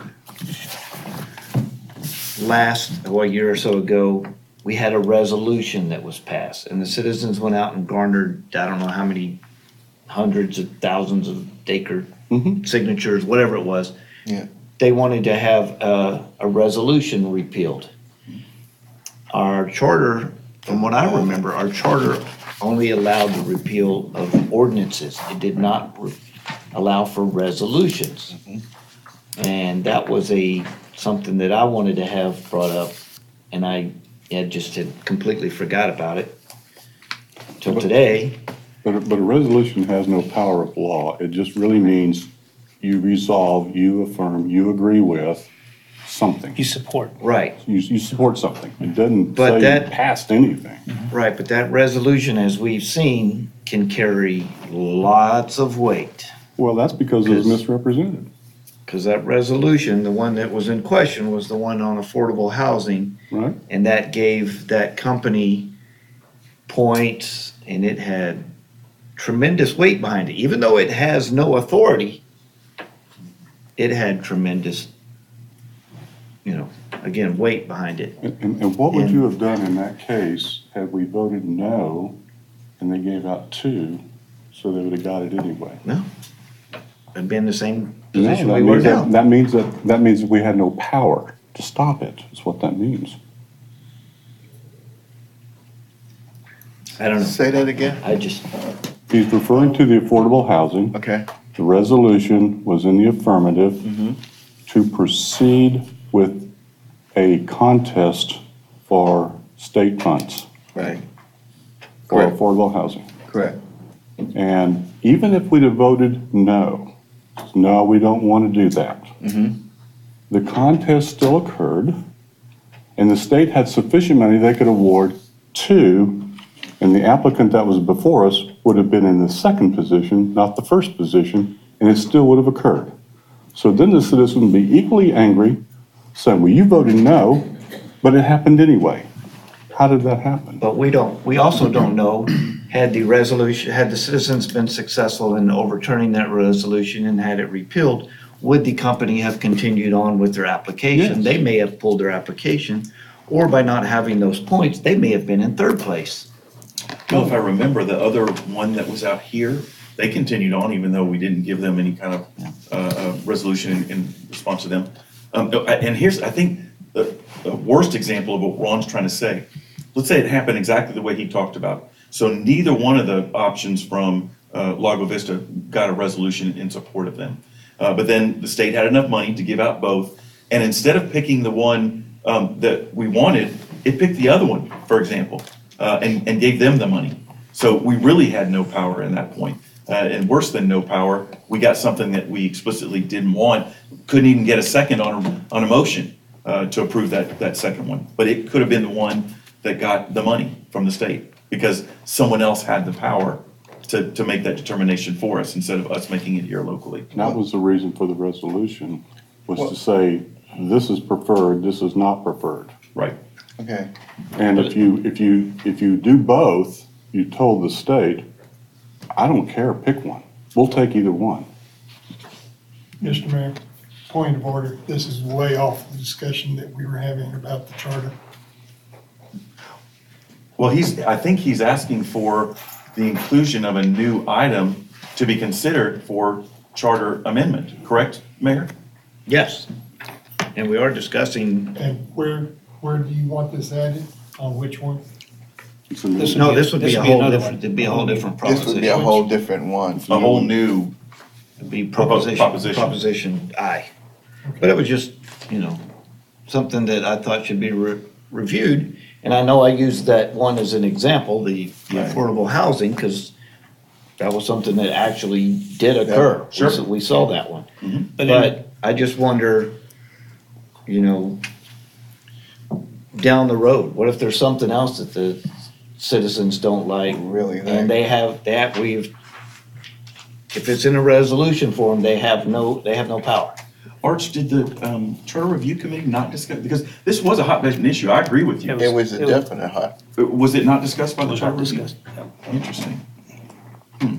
Let me ask you a question. Let's say you go forward, you put something in the charter, you say, we want to recall or do something with you because you passed a resolution that I don't agree with. What happens if the state comes back and says, well, fine, we just won't go for state representative or council approval. We'll just cut them out of the circle and do it anyway. What happens then? Because that's been discussed. From what I understood, the tax bill that Trump put through already took it away from, one of the things that was pushed through, it already has been taken out of council approval. So we're already there. So what do you hope to accomplish with this one? In the future, if there's a resolution, I want to give the citizens the same powers over a resolution as they have over ordinances and elections and everything else. I want them I want the citizens to have the same powers across the board on everything that council votes on. Because if you're taking that same example in the public housing, all right, and all those people went and got petitions and brought it to city council and turned it in to Sandra, and it was said to them that they couldn't do anything with this petition because it's a resolution. So now you have all these signatures that were turned into the city. Now you would have had an idea that all these people are upset over this public housing. You could have, because then you all showed up down to the state to give your blessing to this, and the citizens showed up to the state to give. You might have changed your position and said, well, the citizens really don't want this. Maybe we should be supporting the other gentleman that put in his bid for that piece of property to build that other housing project. Yeah, I mean, I'm kind of with Dick on this, so I don't want to dig into the details of this. I think it's an issue that people were inflamed about, and I kind of agree with the mayor that, if they want the authority to be able to do it, I think it's a good thing. I just don't know if at this late a date, are we going to add an additional item to the ones that we're considering? I don't think it would be a great stretch to do that. What I'd like to do is to talk about referendum petition, which is what this is about. So if you limit referendum to only ordinances, I think that's taking power away from the people. I think you should allow a referendum to be able to negate a resolution just as easily as an ordinance. I disagree, but go ahead. Well, that's the end of my. Well, Aaron, do you know other cities, do they include resolutions? Off the top of my head, I can't tell you. I'd have to look, but that's certainly something I can look at. We have access to quite a few and can do that research pretty quickly. It would affect Article 6 of your charter, which discusses initiative referendums and recalls. Yes. What I can do is look at that, get some examples of, if other cities do it, what it looks like, and then what some potential language could be if you wanted to have further discussion of it at the next meeting. If you're of mine. I guess one other thing that I wanted to bring to your attention is there's one other potential proposition that we'd want to add to this list, and that's the kind of a cleanup proposition that would allow us to correct any typographical errors. I have one of our paralegals looking at your charter to make sure there are no typos, extra spaces, any of that. If we find something, I would recommend that we add a cleanup provision. If you want, that cleanup provision could also allow for you to, because it would not allow you to make substantive changes, but you could add a table of contents if you wanted to do that under that provision. So that's one thing I didn't see in scanning through the charter. I did not see anything. It looks pretty clean, but I wanted to make sure, this is our chance. You can only do it every 2 years. And I certainly don't want to leave something, leave a mistake or a typo in there if it exists today.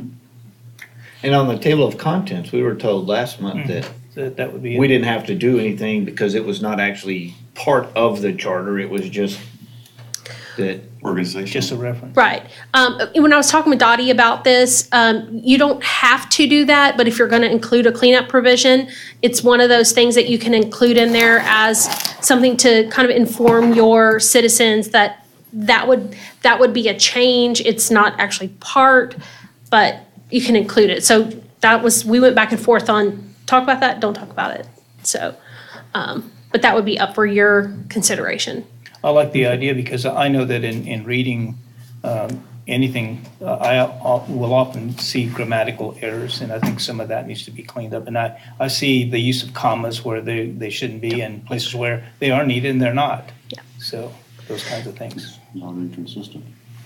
So the next round of red line strikeout would have all the places where we'd make those typographical and grammatical corrections, making sure that if that change really does affect the substance, that we made clear that y'all understood what that meant, because sometimes adding a comma or taking away a comma is not just a grammatical correction.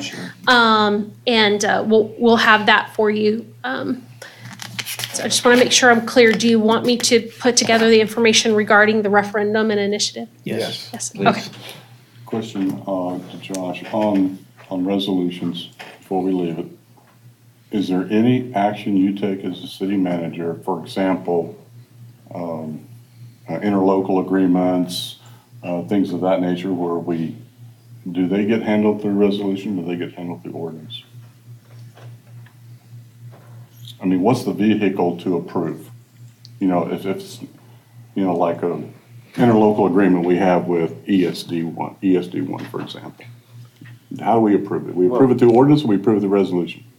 Mayor, I would say that some of these actually can be done by resolution. Well, we don't want to have an angry citizenry out there. That's my point. Well, that's a good example. I think today we had Resolution 18-762 authorizing extraordinary optional redemption of a portion of City of Lago Vista. Yeah, well, they may You know, throw us off of that one, too. if that is a chance, if the citizens, if we did make this change, and the citizens wanted to get together enough signatures, Now, what would we do? They could stop the extraordinary they could redemption. stop Sarah from cashing in the bonds. Yeah, so But- my point is, it's not what you say that's the issue, it's the unintended consequence of what you do is the issue.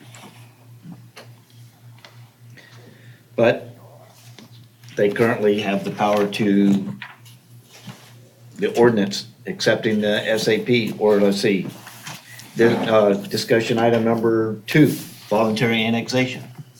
They actually have the power right now to go get enough signatures and overturn us accepting this voluntary annexation. So the same consequences are there, the weight is the same.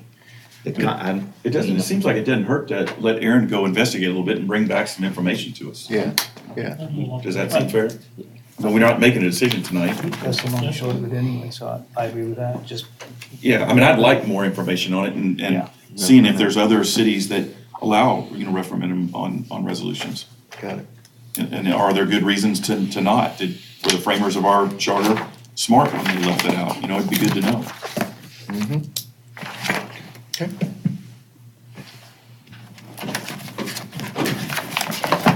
All right, so that's all of the propositions, correct? So we can move to item number 6. Hardship request for waiver of $250 variance request fee. And Mayor, let me give you a quick heads up real quick on how this process comes about. Based on our policies in action, if someone requests that variance request fee, there's only one avenue of a waiver of a fee, and that avenue is city council. So we don't have it set up so that administratively either Roy or myself can handle that. So it has to go towards the council. This individual came to the mayor, was provided that information, and then the mayor said, we've received this, what do we do? We put it on here for council to consider this fee waiver request. Is the applicant here? Well, I'm going to tell you, the applicant is not in attendance. I advised her to attend. She is not in attendance. And if she was, my question would be, what does the fence cost you to put in? And how can you afford the fence if you can't afford the $250? Yeah, well, and the other, a couple questions, a question and a comment. The first question is, do we have any standards for how it's been judged in the past, whether someone gets a fee waiver, you know?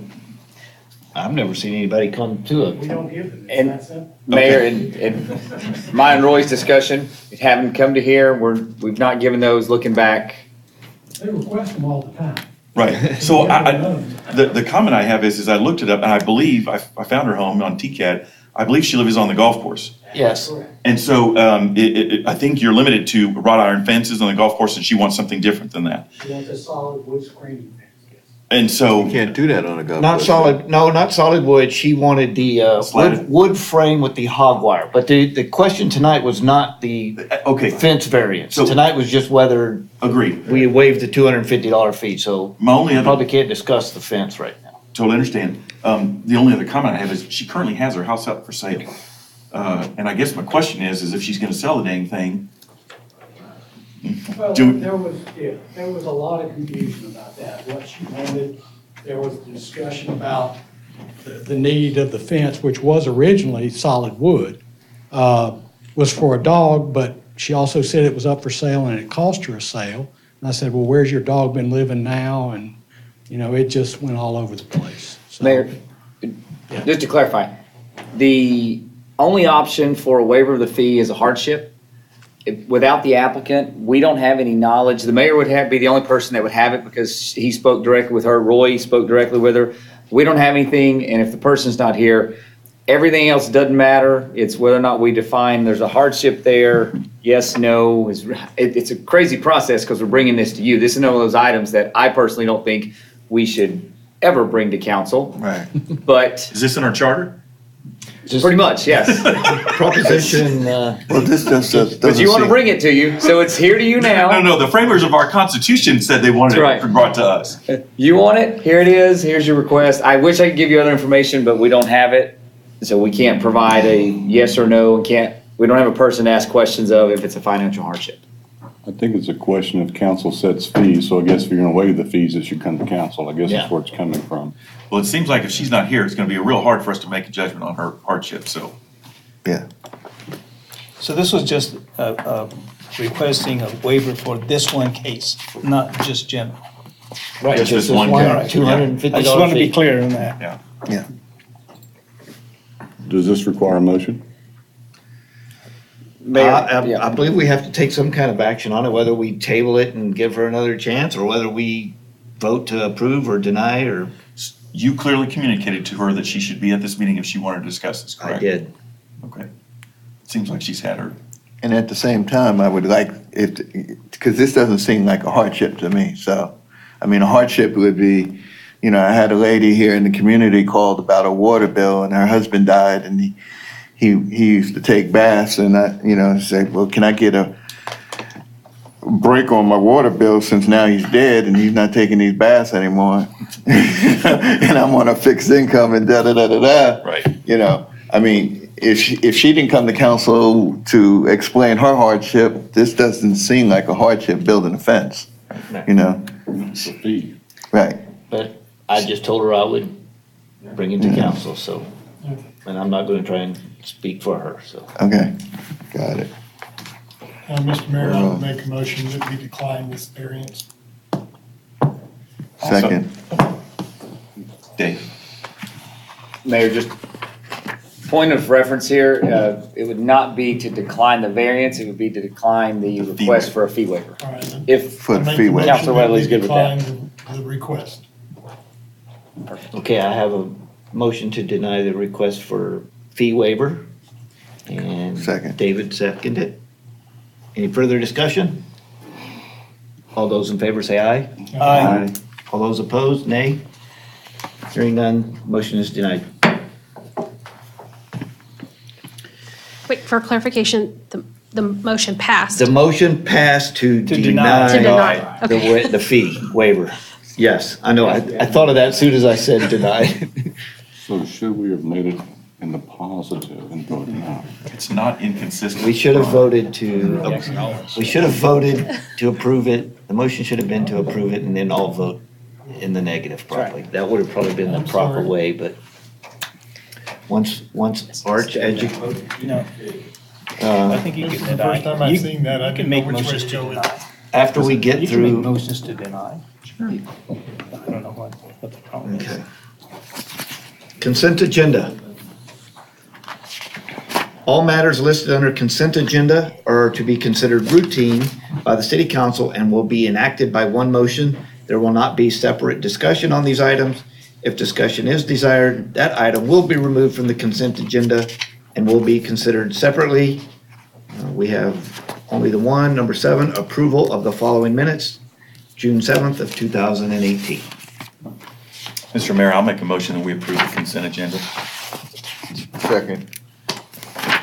I have a motion and a second. Any further discussion?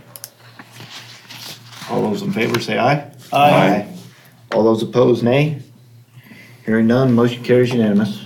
All right, discussion items. Number 8, discuss rules of procedure. So after we go through this, if we ever implement any of this, we will know how to make motions and You mean we've been doing it wrong? Yes. Short answer. Sound like Robert's rules coming.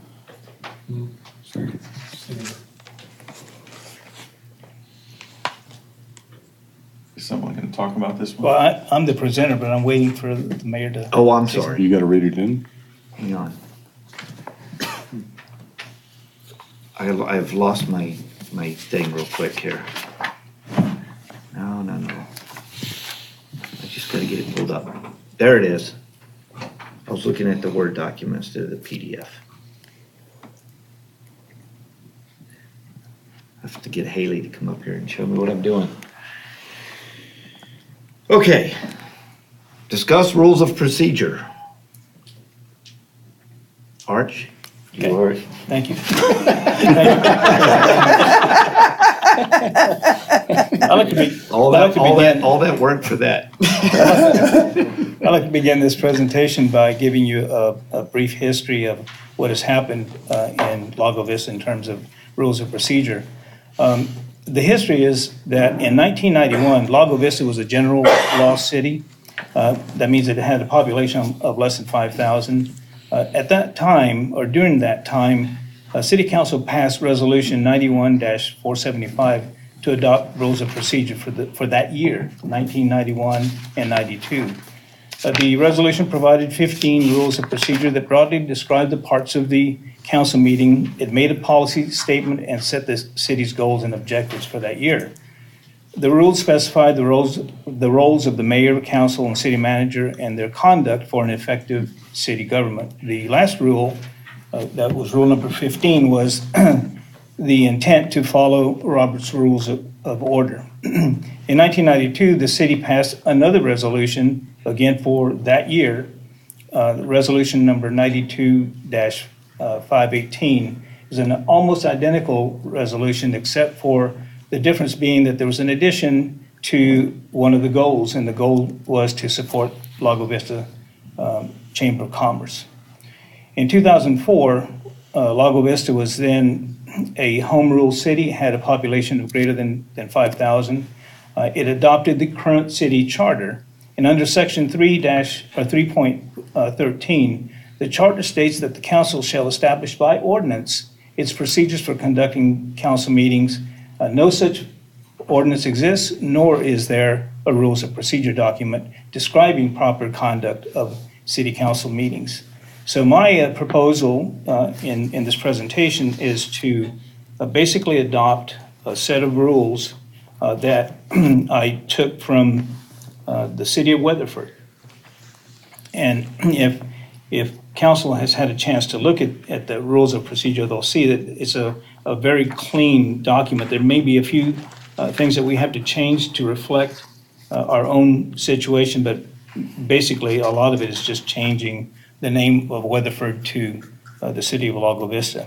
One of the things that I like in particular is that they say that they will follow Rosenberg's rules of order, which are very much easier to follow than Robert's rules of order. Rosenberg happened to be a judge in California a few years back who decided that this rule book was a little bit difficult to get through. In fact, he went on to say that he didn't know of anyone that had ever read this cover to cover. So he came up with Rosenberg's rules of order. Here is an example of the rules of order that he came up with, and it's on one page. The city of Weatherford not only gives them this in a laminated form every time that they meet, but on the backside it also shows them the different motions that can be made, how they can be amended, what the requirement is for passage of various ordinances and so forth, whether they're debatable or not. All those things are on one sheet. So they have a back-to-back laminated thing, which we could provide here for not only council, but all of our boards and commissions and committees. If they're having a meeting, an open meeting, they could have this in front of them and it'd be simple. So I propose that we modify the rules of procedure for the city of Weatherford to reflect the city of Lago Vista and use their rules. Did you look at any other cities or? I did, but this was the one that was the most comprehensive. It was 20 pages where some of the others were like 7, 8, and 10 pages long. But this clearly defines the roles of all members of council, and they go on to say that these rules can also be adopted in such a way that they can be used by their different boards and commissions and committees. And I think if we were to adopt something similar to this that reflects our own needs, they could also be used by our boards and commissions and committees. So I'm in support of that and will entertain any questions that you may have. Well, we had we were trying to define the liaison positions 4 or 5 months ago. You know, we kind of started at the January and tried to run it to December, and there are like 5 or 6 areas. Does this address those concerns? Like, yes, sir. Liaison is I think it's the very last thing that they discuss. It's 7.8 council liaisons. One council member will be appointed as council liaison to each of the city's boards and commissions. Council liaisons will be appointed by council with consideration given to applicable expertise. Council liaisons, they say may attend but are not required to attend. I would strike that or change that to say that they should be required to attend the meetings of the boards or commissions to which they've been appointed as liaison. Board and commission members may contact their council liaison concerning items of concern or interest with regard to their appointed board. So yes. It does address it, but not as in detail as what we kind of adopted a while ago. Would you see this overruling what we did, or that we would take what we adopted and maybe modify this to reflect what we put together? I would suggest that we modify it to reflect our own use, yes. Are you going to, by any chance, send us your one-pager so we know what it looks like? I can do that. Yeah, I would appreciate it since you held up the one-pager that we could see the one-pager. Rosenberg's Rules of Order at a glance. Okay. I can do that. So did they just reference that one page in? Yes, in this document. They don't include it, they just reference Rosenberg's rules? Right, that they will follow Rosenberg's rules. And there really is, it's just not as cumbersome a set of rules.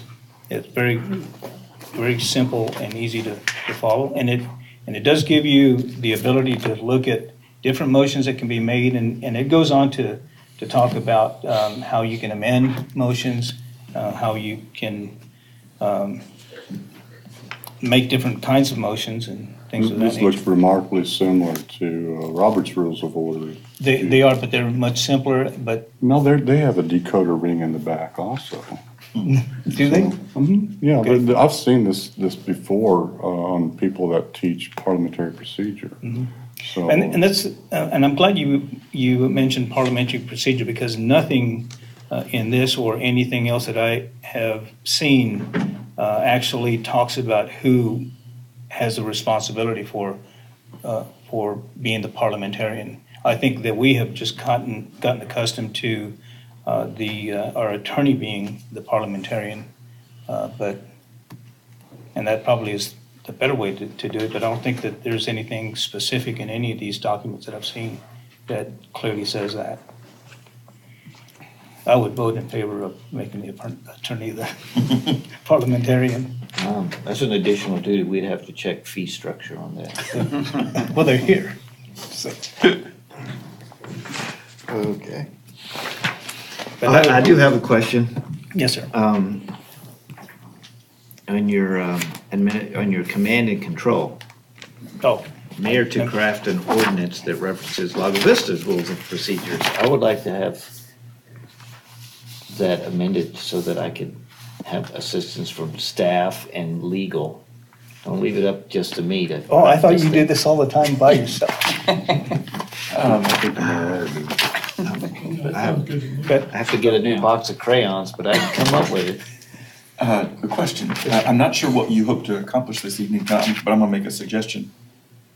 You know, when I originally put together this stuff around the procedures, around the liaisons and so forth, it came forward, we discussed it, and I think it was thought well enough that we wanted to continue moving down the path with it, but it wasn't where it needed to be just yet. And so we formed a subcommittee to go refine it and bring it back. Would you see us following maybe something similar here? Especially when we already recognize that we were going to want to incorporate what we put together there in the 7.8, and there might be other areas that are similar. Should we put a subcommittee together to look at it, to refine it to the point where we really think it's where we want it to be, and then bring it to council? Certainly, that would be okay. Because I'm in favor of this. I think it would be really good. I just hate to say, oh, we're ready to take action on something that just says Weatherford and we're to switch it to. I think it probably needs a little bit more than that. Oh, yeah, I would agree with that. This was just an item for discussion. Right, it's just for discussion, so I don't know that Yeah, we can form a subcommittee or anything tonight. We'll have to go home, study this, and then come back with any. Here's one of the things that on the 19th. Okay. One of the motivators for me is having sat out there and observed council meetings. I saw a lot of people up here interrupting each other. That's something that's not allowed under any set of rules. Really, all the comments that we make should be first requiring us to get the attention of the mayor, having him recognize us, and then making whatever comment we need to make, instead of having interruptions and also having arguments about who's right or wrong about that sort of thing. Sitting out there, I saw that happen, and I thought, that's not very decorous to see that sort of thing occur. I'd like to see that come to a halt. So that's part of the reason why I thought it'd be important for us to adopt rules of procedure that kind of address not only the way that we conduct business, but also the way we act up here. Okay. So we've discussed it. Everybody go home and study it, and It'll be on the agenda again next time for us to the make a 19th, recommendation or whatever. we can all discuss whether we want subcommittee or what. Okay. Cool. Good. All right, number 9, city manager's report. Mayor, the one item I have on here for a report and an update is to make sure for our audience, for our viewers, that it's clear that the FY19 proposed budget and budget message was delivered to council. In the delivery, a copy has been made available at City Hall, and a copy has been made available at the library as well as posted online for all citizens to review the proposed budget document. The goal there is to allow citizens to look at the same document that the council's looking at so that they can interact with the council in the budget prep process. To this point, no individual citizens have been afforded the opportunity to provide comment for the budget prep. So during this, the beauty of starting the process early is to allow ample opportunity for all citizens to provide their input to the council as you guys make this decision. The document, as you just showed, Mayor, has been presented to council. It has a message. Unlike our city charter, it does have a table of contents. Inside of that table of contents, there is information concerning the debt service, the capital improvements program, and then some summaries of how each fund and departments would expend their dollars. In our next section, as you leave this item and go to the future consideration, I would request of council that we decide how soon we'd like to sit down and schedule out some time so we can discuss policy decisions, directions, and then what council would expect as we move forward. In my discussion with Mayor Pro Tem Bland, she did express a concern that since she wouldn't be here tonight, she did expect she would be back in town by next week, but within next week or the following week, if we just give her a little bit of heads up so she can be involved in the discussions. That's all I wanted to report on the item, Mayor. Just one comment on the budget. As I only went through the consolidated statement, okay? I have not had an opportunity to drill really very far into anything. But one of the things I did notice that there's a column in there called supplemental expenditures and income. There's another column which, so here's your budget and here's an adjustment, I guess it's a one-time adjustment to the budget. Here's the new budget. So, but the thing that I noticed in there was it has a number, $233,000 for streets, but I don't know what the $233,000 is. It just says $233,697 or something like that. And I'm like, what's that? Now, we used to see that in the narratives in prior budgets. So I guess my only question is there a way to get an explanation of the supplemental column as to what makes up, well, what does that number represent? Are we buying equipment? You're hiring people? What is it? So, I mean, I really didn't know what that number was, and I didn't really see it deeper in the budget. And then also that heading at the top doesn't repeat. So I need I like Xerox the header, and then I like have to hold it over each page as I do it because I can't remember the columns. So is there any way we can get the heading on every page? Mayor, definitely, if you don't mind, the whole document, instead of just going to consolidate the statement, if you don't read the entire document, you definitely miss out on preparation. It doesn't do any good to prepare, Well, is what I'm I got the saying. document this weekend and I was not home. No, I understand. I'm just saying if you're going straight to there, you really miss the time it takes to write the paragraph, which explains some of the process here. And that's where when we get into our first meeting, where typically instead of delivering this without talking, I would like to deliver it at the meeting where we discuss it and go through it. We can definitely get you a new copy with headlines on it. But the beautiful thing about the budget documents is that we provide these same headlines throughout. So when we get to that point, we can put together any information that City Council needs to adopt a budget for next year, for sure. So was your intent that you wanted to try and come up with some times that we would have a budget workshop? Is that what you wanted to accomplish? Yes, sir. So the only other point I would say is in my email to the council, I requested that anyone that would like to discuss some items with me would welcome that opportunity well before our budget workshop. I have had 3 of those instances already, but yes, sir, if we could look at some dates when you get to the next agenda item, that would be fantastic. I think that would help me and help council as we walk through that together. And before we move to the next agenda item, could you give a report on the water treatment plant, the repairs and so forth? And specifically, because I heard some people asking about it, what caused the problem? If it was a surge, was it PEC's fault? Are they going to help pay for it? Anything that you could provide with regard to that, I think people would find interesting. Mayor, I think that's, we had that on here to provide a report today. However, the one challenge is, and I'm going to report, the one challenge is providing a report before it's complete. One of the questions was, what happened? Power surge, how did it happen? It's definitely PEC's fault because we don't really know, but we're going to blame it on PEC because it's easier that way. One of the indications have come back that it was actually a result of an issue that they had in Georgetown. For anyone that paid attention to the news, you'll know that Georgetown had a major water issue as well, to the point that they didn't have water and they were asking their people to boil their water. So the surge potentially could have originated from an issue that Georgetown had with their water system. And it came through the system at a tenth of a second right after, then all of a sudden magically we have an issue. And so we have that there that we've looked into, and we have indications that was the cause. However, we can't confirm it. The good news is our plants are operating better now than they were when we had our concerns and when our water restrictions implemented.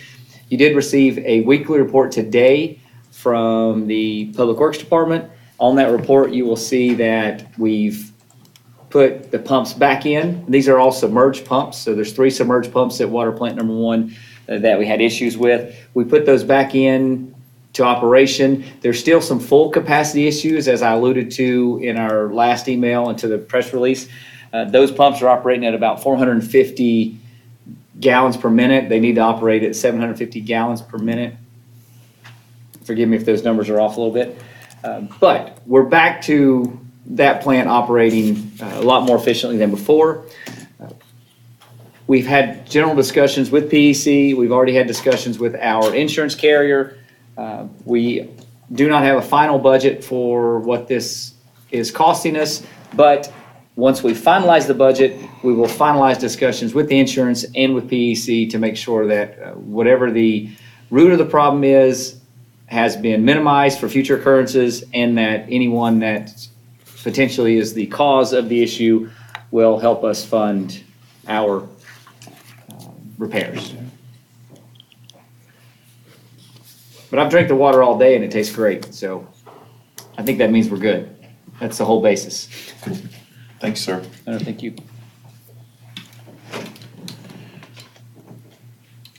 All right, so now we're on future meetings. Number 10, consider our schedule and our items for future council meetings. So obviously the 19th, 2 weeks, is council meeting, so sometime midweek, next week, we need to schedule a workshop or on a weekend if we want to do it on a weekend. Or I'm going to be gone the 11th through the 18th. So I'll be back in time for the meeting on the 19th, but I'm leaving Wednesday next week and we'll be gone for a week. And I'm leaving tomorrow morning and I'll be going to the 14th. Okay. And I'll be out the 12th and the 13th. Okay.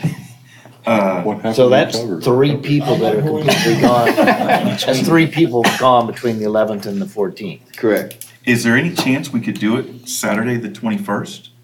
You wanted to try and have it before the meeting on the 19th? Well, I leave the 20th and it won't be back till August 5th. Okay. So I'm gone for 2 weeks and I will not be at the August 2nd council meeting. Right. Suzanne has already been tasked with running the meeting on August 2nd. Mayor, I believe that the workshop before the 19th isn't an option, right? Isn't? Isn't an option? Is that not work with work schedules? Well, I wouldn't be able to. I'm sorry. It doesn't appear that anybody's here next week. No, I meant on the 19th.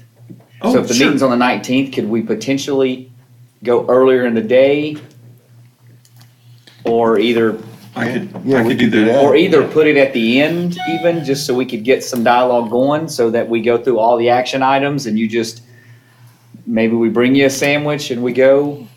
Yeah, I'm gonna be here on the 19th and could be here all day on the 19th and as late as you need to go on the 19th. I'm good with that. I mean, we could start it later. I mean, theoretically, we could start at 4, again, ish, and then say we've got 2.5 hours before the meeting. I'm slated to work till 4 on the 19th. We start at 4:30 and go 6:30. And hopefully, knock on wood, You're done. that is my last actual date of these 40-hour work weeks. And that's just an easier date since we know that everybody will be back on the 19th. On the 19th, yeah. That works. So 4:30 on the 19th? tentatively schedule it for the 19th. We're scheduled for the 19th, but knowing that if Suzanne's not available, we can't start till I show up. Okay. I'll make contact with her, Mayor. If you guys are good with that one, I'll make contact with her tomorrow, actually, try and see what we can do, and then see if she's good with where we're at on that. And that'll give her a little time to look at her schedule as well. And I'll say 4:30, and then, again, we can actually change the agenda to have an item on the back end that if the 2 hours isn't enough for us to hang out, we can do that after we let Sandra go home. Chief will stay. My flight Friday morning is at 05:30, so we might as well just go all night. There you go. There you go. The Chief's really excited about No, that. that's why Chief was gonna stay, to get you to the airport the next morning. There we go. He's already put in to be sick that day. It's good in theory. Okay, that's what we'll schedule for on that one. Okay.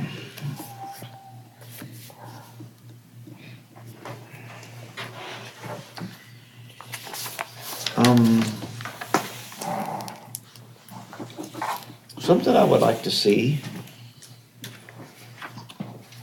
items for future, when we get to this number 10, if we could have something that jots my memory of what we planned last month for future meetings, because I forgot whether we've suggested it. I've took notes, but they're on my desk somewhere. I know I had one item, as we were going through the charter, there was something that said, council can be investigate things or whatever, and there's supposed to be processes and procedures around that. And I asked, is there such a thing? And if not, do we need to discuss that? And if there is, do we need to discuss it? So that was one item that I suggested for future agenda items.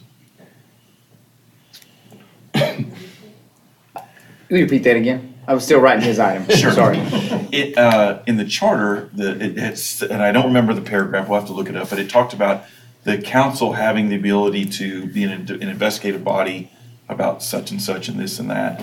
And it said something about there were processes and procedures in place around how that would work. And so I asked the question, do we have such processes and procedures? And I don't think anybody knows. And yeah, we don't. Okay, so then we probably need to put it on the agenda to talk about it and figure out how we're going to get that in place. Okay. Yeah, if we could just have something that reminds, okay, we asked for something to be brought to us in October. We brought, that way we don't get to October and we forgot that we had asked in June for something to be on the agenda and we miss it. Right. It's a task management system. Well, and CIP projects, golf updates, things that we have asked, and things like that. The other one I was going to mention, sorry, Dave, you heard Mr. Chappie, the Airport Advisory Board. I would anticipate there'll be something, around that in the August timeframe, first or second meeting at the latest, the first meeting in September. We'll probably will need to talk about the through the fence, the rules and regs, and there's one more item I'm forgetting, but anyway, just FYI. Action plan. Action plan, yeah. Okay. You're talking about in August though, right? Correct. Yeah.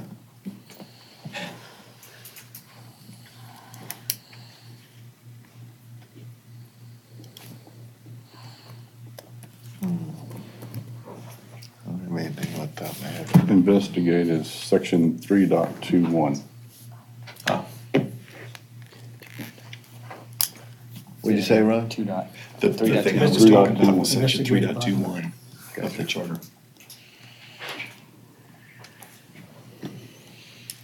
This is right off the red line. It's great. We just don't have that formalized processes.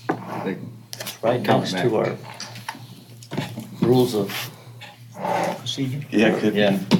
So, Mayor, what we'll do is we'll take, if this is what you'd like on this section, instead of just having your placeholder for future meetings, we'll go back to, because we have a system in place. It's a really good one. It's the city secretary keeps those minutes with everything you say. But we'll transpose those, because I'm like you, obviously. We'll transpose those onto the list, onto that staff summary page, so it'll appear here.